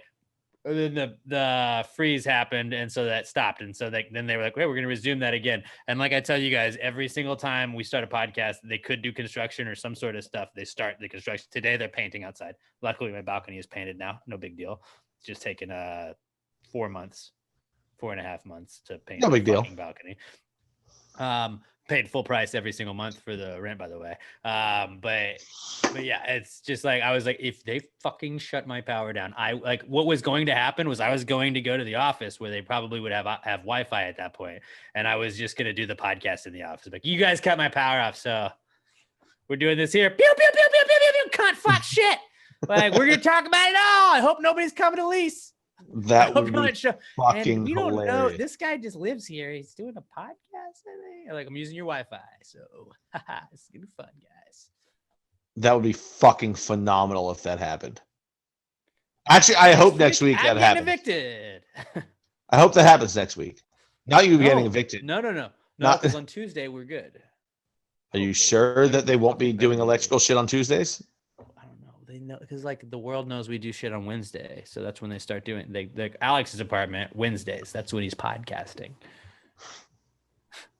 I just think it'd Dryer be funny. didn't if get we fixed saw- for a week. Don't worry, we'll fix it at 3:30 on a Wednesday, right after Pass the Gravy starts. I just think it'd be funny if we were talking about Captain America's juicy hog, or what was it last week? Captain Planet and Samantha's walking by in the background. Well, I think the Lil Nas X Satan discussion would have been fantastic when we were picking our favorite devils. That would have been wonderful to any potential leasers. Oh yeah, Good Yeah, job. we'd like to look at a model apartment. They're like, who's this guy? What's he do here? Like, he does not hey, care. hey, he's gay and he's about it, and he's gonna sing about sucking dicks and fucking Satan. What are you gonna say about it? What, Oh you my- hate Lil Nas X? What are you, homophobe? A Oh, racist man. homophobe? That's a double whammy right there. Man, if we were assholes, we would turn this into a YouTube skit, but we're not. But we're not, because we're good guys. Moving on, though. Let's move on to the answers segment, my favorite segment of every podcast, brought to you by Little M Air Fresheners, the best air fresheners in the entire world. Little M is also making stickers now. You can get your motherfucking stickers at littlemshop.com, littleemshop.com. They got stickers. They got bags. They got the best air fresheners in the entire world. My little life hack that we just re-upped on was you have your trash can, you have your trash bag that you put in between it, but you throw a little M air freshener in between the trash can and the trash bag. That way, you cook some stinky chicken. I know, was it Casey said that she used it for a diaper genie. She was throwing some stinky diapers away, but you pick it up and instead of getting that smell of shit, you're like, oh, the trash smells nice because I have a little M air freshener in there. I get that little waft of little M. I know my friend Tessa was rocking her little M air freshener. freshener. She got another one for her car, but it's the best air fresheners in the world. If you have one of those stupid trees hanging from your rearview mirror, just get rid of it because it's not as good as a Little M air freshener. Head over to littlemshop.com, littlemshop.com for the best air fresheners on the planet. When you get a Little M air freshener, let us know you're supporting the people supporting us at Little M Shop on Twitter, or no, at Little M Shop on Instagram, at Little M Tweets on Twitter, Little M Shop on Instagram, Little M Tweets on Twitter, littlemshop.com, littlemshop.com, the best air fresheners on the planet and the sponsor of the answer segment, which we will begin in just a moment. The answer segment, if you got any questions, no matter what it is, hit us up. You want some relationship advice? Send us somebody with like a good relationship question. That's what I really want. You know, Yeah. That's what I'm I'm really here like, my boyfriend's doing this. Like, we'll figure it out. I'm the best great at that. relationship. I mean, honestly, I would say Robert and I are pros at relationships. No. This is why I'm the best. You know what the old adage says? Those who cannot do, teach. Right. That's why I'm the best. Well, Robert, how long have you and Sam been together? Like 10 years or so. So, like, basically, Robert and I have been consistently in relationships with the same people. Yeah. You guys know what to do. I know what not to do. That's why I have the better. I know everything that doesn't work. So ask me. So yeah. You can hit us up at PassYouAPod, hashtag PTG Answers. Send us any question you got at all. If it's a high thought, something you saw on a billboard, something you saw online, you wanted our answers to. Hashtag PTG Answers at PassYouAPod. I'm at Alex J. Middleton. Pat's at NotPetD. Robert is at Robert Barbosa 03. This is the answers segment. Well, if you just answered the question, why don't you just answer the question? Be honest, no big deal. Yeah, answer the question. Don't change the subject, just answer the fucking question.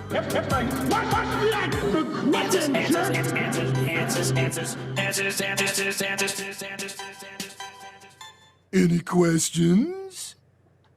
All right, our first answers question comes from our podcast son, Skylar Lester. Oh my God, it's Skylar! At OMG, it's Skylar on Twitter. And he says, is the only thing worse than a box full of spiders a box that is supposed to be full of spiders? Yes. Substitute everything, every part of spiders with snakes. Snakes are worse. Snakes are way worse. That's also. Yeah. Yeah, like spiders aren't like, it's weird because like I'm not like terrified of spiders. You can step on spiders and kill them. Spiders in your house, you're like, ew, get out! Like, like I'm not like, oh, like that spider would fuck me up. But it's like when I see a spider, I'm like, I gotta fucking kill that motherfucker. Yeah, like I wouldn't. My instinct isn't to hit a spider with my hand, but if I saw a spider and like I could still do that and kill it. Mm-hmm. Can't do that with a snake. Right. And also, like, you always in the back of your mind, you're like, well, if the spider bites me, maybe I'll be like a superhero at some point. But like, that's never happened with a snake, where then you turn into like Snake Man, which that'd be fucking shitty. Also, the chances like a spider, maybe a spider will bite me and I might die. If a snake bites me, 100% I'm going to die because I'm going to have a heart attack and I'm going to fucking die. Oh, okay. No. I'm going to have I'm going to freak the fuck out. I'm going to scream like I don't even want to say 3-year-old girl. I'm going to scream like a 30-year-old. Not just girls scream. Like a 30-year-old, 260-pound man that's afraid of fucking snakes. That's how I'm going to scream. It's very high-pitched, and my hands flap at my sides when I do it. I've done it before. And I'm going to have a panic attack, then a heart attack, and then I'm going to die because I'm overweight, and my body cannot handle that stress. Yeah, so there's just no upside. There's a little bit of upside with the spider where you're like, well, it could like I know when you get those black widow bites, or was it brown recluse, where like your like skin basically just like turns into like a hole and it like eats away at shit. Like I know that sucks, but it's like you have that on one side, like this could be bad, but then you're also like, well, it could also maybe be Spider-Man. And as we saw, I didn't see, but on that Into the Spider-Verse, everybody could be Spider-Man. So really, like, it's in my mind, it's easier to be Spider-Man. There's no Snake Man. You can't slither up the side of a fucking building. Exactly. Nobody likes Snake Man. Snake Man's a dick. So I would say a box full of snakes and/or a box that was supposed to be full of snakes is a little bit scarier. Way more terrifying. Way more terrifying. But that was a very good question that you submitted this week, son. We're proud of you. Love you. At OMG at Skylar on Twitter. Gen Z Zach Woodruff writes in at Salsa6800 on Twitter if you want to follow him. And Zach says, where does the invention of the tennis ball rank on the list of best things that have happened to dogs? Well, I mean, I feel like they had other balls before then. The tennis ball is a game changer. It is, but like, I mean, there was other balls before then that dogs like to chase. I mean, finding out that when things rot, they have like a bone. I would like bones. I think would probably be one. Sticks. I mean, here's what makes the tennis ball great is that it bounces and rolls. The invention of walks. It's not an invention though. That's just your dog's sat by your side while outside would maybe be the greatest. Like outside. No, I mean, sorry, neither of those can be because literally the dog just used to sit by your side when you went outside to go hunting. So that, I mean, the ball is up there. The ball is a top two, top three for sure. Bone, ball. But here's that: bone's not an invention for the dog. It's just you gave the dog the scraps. So the ball might be the number one invention for the dog. No, you know what? And like this is gonna sound selfish, but humans, like people are the best things that have happened to dogs. Because like, yeah, dogs are so. Without people, there would be no dogs because we had to domesticate wolves. Well, there would be wolves basically, but yeah, like that's why I was mad when in the mock draft of dogs I couldn't take wolves. But like I thought that wolves should be fair game. I understand, whatever. Who gives a shit? That was a long time ago. But like dogs, like without humans, like dogs don't get like pets. They don't get belly rubs. Like they don't get treats. They don't get. I'm saying all of Weezy's buzzwords, and I feel really bad right now. I was gonna say treats. They have to play BALL. They don't get BONE. Number one might actually be flea and heartworm medicine. Because we want our buddies really to be very healthy. You know what? And we don't want them to be itchy. That's a good add-on. I think that's it. I think flea and heartworm medicine has got to be number one for dogs. Humans, man. We're not an invention. Sort of. So I mean, yeah, if you want to go that way. Yes, but we were around before dogs then. True. So since we domesticated wolves into dogs, I'm going to say it has to be flea and heartworm medicine because we want our buddies to live long lives and to not be itchy all the time. Then bones and tennis balls. Tennis balls is a top three invention. It's a top three invention. It's a top three for dogs. Yeah, it is definitely on the list of best things. And always, where does it rank? Actually, I would say it's ahead of bones because when you throw it, it doesn't stop this ball or just balls in general are number two behind flea and heartworm medicine. Did I cut out? You cut out a little bit there. Okay, I was going to say, I was going to rank balls number two behind flea and heartworm, but actually I'm going to put cookies or treats at number two, and then number three will be balls. 4 bones. That's fair. Because even if a dog doesn't like to run and chase, fat dogs love cookies. Every dog likes bones too, so I feel like bones would be a little bit higher. And like literally, like the phrase, like give a dog a bone, throw him a bone. As someone who's known some fat dogs in his life, I would know they would prefer a cookie over a bone, or a ball. But would they prefer a bone over a ball? Yes, but there's less fat dogs than there are fit dogs. True. So that's where it's. That was a great question, Zach. Great question. Flea and heartworm. Zach is gunning for that Rookie of the Year crown, and like, it's becoming just like a blowout. Like right now, it's like, is there anybody that's even close to Zach in the Rookie of the Year? Well, I mean, right now, like he's dominating. We're a third of the way into the year. So far, I'm just saying, like so far, a third of the, but like, but it's not out of reach. It's not out of reach. Hey, it's not out of reach, but it's getting might there. Be somebody's podcast that they discover the show. Hopefully, might be the first I one that mean, they I would listen love to. it for somebody to like, if you're new to the show, like challenge Gen Z Zach, but just know that you got your work cut out for you because Zach is fucking killing it as of late.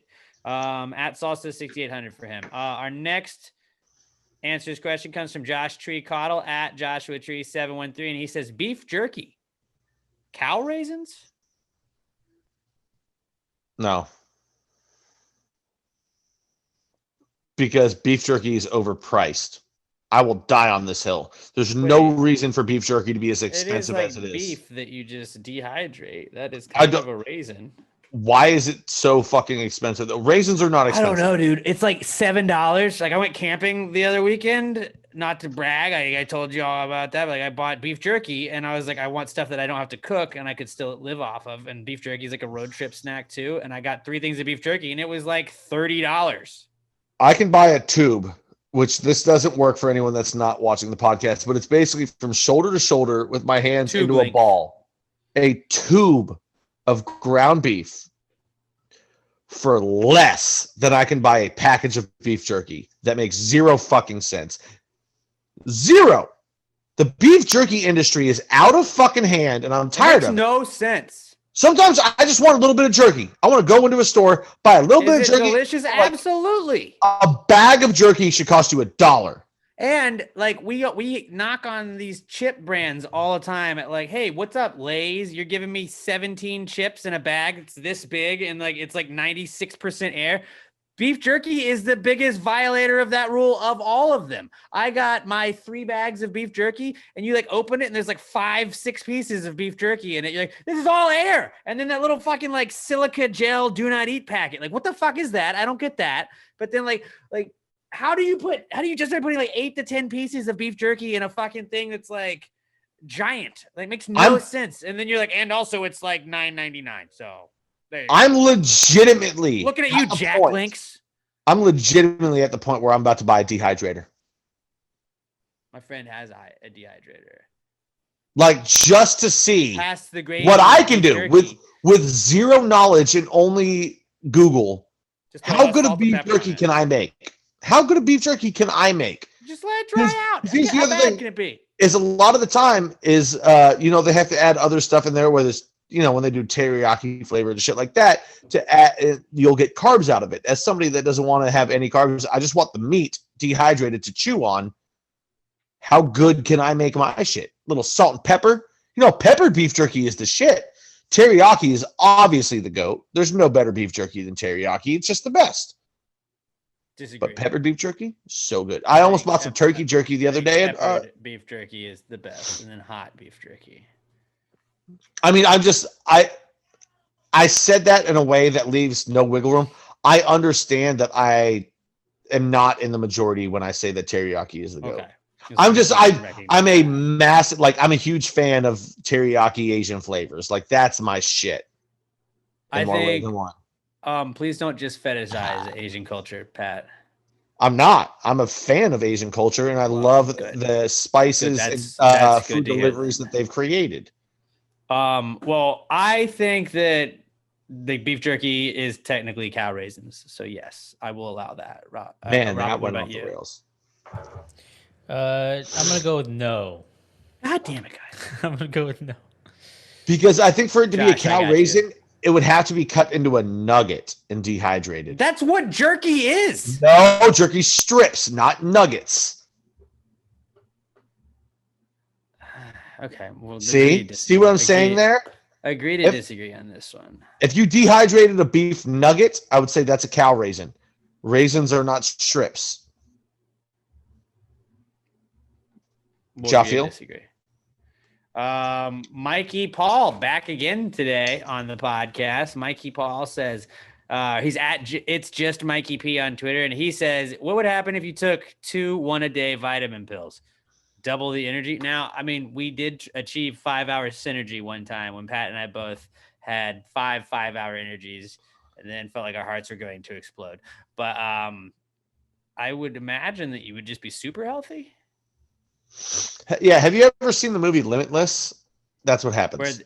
Where it was Bradley Cooper. Cooper. And it was like, hey, this is Adderall.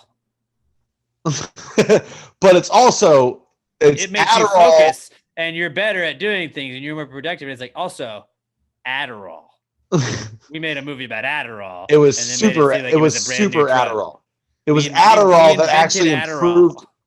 If Adderall actually improved your brain, it was Adderall mixed with stem cells. That's what that fucking drug was. Pretty much. Yeah, that's what would happen. Now, Well, just take a handful and pop them. See what happens. So I drink I get emergency at the grocery store a lot, and every morning I fill my water bottle. Like Rod Ryan does this, and like he's always been pretty healthy. Oh, who's that? No big deal, he's my boss. But he does that every day, and he'll fill up his water bottle with a thing of vitamins or with emergency, and then he drinks that, and then he just fills it back up with water the rest of the day. But I was like, I'm gonna try that now, and like I feel like it's helped me feel healthy at least. I don't know if it's just a placebo effect, but I also like read like if you drink too much of it, like it doesn't like add any benefits that you're drinking more vitamin C. Yeah. It's like you just pee out the excess vitamin C. So I would assume that an all-day vitamin, if you have more than one, that it just like you probably just pee out or shit out whatever the excess stuff is. I don't think it's any better for you. That's actually the truth, That's an honest which is why. answer, Yeah, I mean, if you look into like GNC and like most of the supplements that they sell, it's all bullshit. You pee out creatine, bro. of this. Like, don't go to GNC. They're all full of shit. They're going to upsell you into what they make the most commission off of, or not even necessarily commission, just profit off of. GNC's a fucking scam. Don't go to them. If you want real results, like if you have friends that are into fitness, they can steer you into what you need to get. GNC stands for Get New Creatine. Yeah. Get new customers. Get new customers. Get new customers. Or creatine, either or. Yeah. Get new quiche. Right. I went to GNC to buy those shaker bottles. Yeah. Buy that from I bought nothing. And I was like, that's all I'm buying. I don't actually just buy that from Walmart. You want some supplements, some sups? What did that shaker bottle cost you? Like 20 something bucks? I don't even remember. Yeah, go to Walgreens. It's cheaper. Yeah, well, whatever. Do it. Moving on. Our final question of the week from Alexis Garcia at Alexis Texas _. And Alexis Texas is spelled TEXIS _ if you want to give her a follow. Alexis says, canceled plans, convenient or inconvenient? It depends on what side you're on of the cancellation. Or who the plans are with. Actually, really, it just depends on whether you or not you want to do it in the first place. You can be on either side. But sometimes if like there's nothing better than be like, I really don't want to go to this thing. Or and they're like, hey, actually something came up. I can't do it. You're like, oh yes. My night just I can hop on Call of Duty with the boys. I'm not gonna do anything tonight. Like that's great. That is sometimes it's a freeing feeling, but then sometimes like when you're gassed up to like go somewhere and it's like it falls through, then you're just bummed out. So I think it really depends on the situation. Yeah. Most of the times I would say it's convenient because then that opens you up to be able to do whatever. But I mean, that's also, I mean, if you look at the world through my view, it's most of the time it's going to be convenient because you don't want to see people. But most people, I feel like, want to see their friends and want to go out and have a good time with other people. And then if somebody cancels on them when you get all jazzed up to go out and you're like, oh, I would just be like, cool. I'm going to sit on my couch and drink whiskey by myself. This worked out better. Fuck yes. Right? Yeah. So really, it's just, it depends on where your state of mind is at. It's a state of mind, man. Now, like if I was supposed to have a weekend with my boys and last second, everyone was like, I can't make it. I'd be like, that's, which is what I had to do to them like 2 weeks ago. But that sucks. I would say most of the time it feels like it's convenient because it most of the time it's good. You up. But yeah, it could go. It just depends on the situation. That's a fucking solid question, though. That's a good question. Appreciate you writing in, Alexis. I mean, I guess this could also technically work for if you had stood up for a date. That would suck. Which would not be great. Yeah. No. Unless that person was a bad person. So then maybe. I mean that kind of, if they stand you up without giving you a notice, that kind of lets you know right there. Right. Solid questions, though. That was a great answers segment, I thought, guys. At Pass Grade Pod, hashtag PTG Answers. If you would like us to answer your questions, you can also email them to us, answers@passthegravypod.com. But we do check Twitter first. That's all I really got, man. That's all about I it. got, man. I felt like shout out to Pat for getting a computer. Stoked. I'm so happy for you, buddy. Like, Somehow getting a computer that's 5 years newer and my computer or camera's a downgrade. What do you think the odds are you're gonna have a new computer this time next week and or a camera? Probably computer like 1%. That like if I do, you seemed pretty sold on like you were gonna take it back early. You've changed your tone now. I'm too lazy to do that. Right, is what it it's is. a lot of Maybe work. here's the thing. I'll say a 1% chance I go to a pawn shop and find a better one, and then I would do it. I would say 20% chance I've found a new camera for it by next week. So not great odds, but hey, those are odds. Not great. I We're might. glad you're part of the computer gang. Yeah. Your computer club right now, man. Computadora. At Pass Grade Pod Bilingual dog. on Twitter. Give our gambling page a follow at Gravy Gambles on Twitter. We post our bets every single day. I am at Alex J. Middleton. Pat's at not Pat Dion. Robert is at Robert Barbosa 03. Robert has a podcast that comes out every Monday. A Recent Study Suggests at A Recent Study Pod. He and his partner Sam, who does not live at Sam's Club despite going to Sam's Club, they find studies that they delve into who funded this study, how did this study come to be, and it's a pretty fun little podcast. Go check that out. That's part of the Pass Grade Podcast Network. So is the Claret Big Blue podcast that myself and my buddy Mike Fish do. We talk all things NFL and English Premier League. We got the Weekly D podcast. Shout out to them. They are about to release their 100th episode later this week. So congratulations to them. And disappointed but not surprised. Addie and Alex are awesome. And the Time Machine with Andrew Green. That's a fun one too. Go check out something from the Pass Grade Podcast Network. When you're done listening to us, give them some support. And at Pass Grade Pod, at Alex J. Milton, at not Pat Dion, at Robert Barbosa 03. Please give us a 5-star review on iTunes, Spotify, wherever else you're listening to us. And share us with a friend.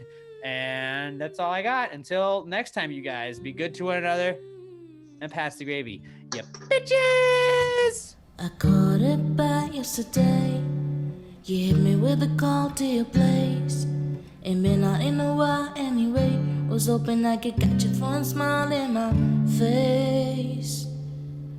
Romantic talking, you don't even have to try. You're cute enough.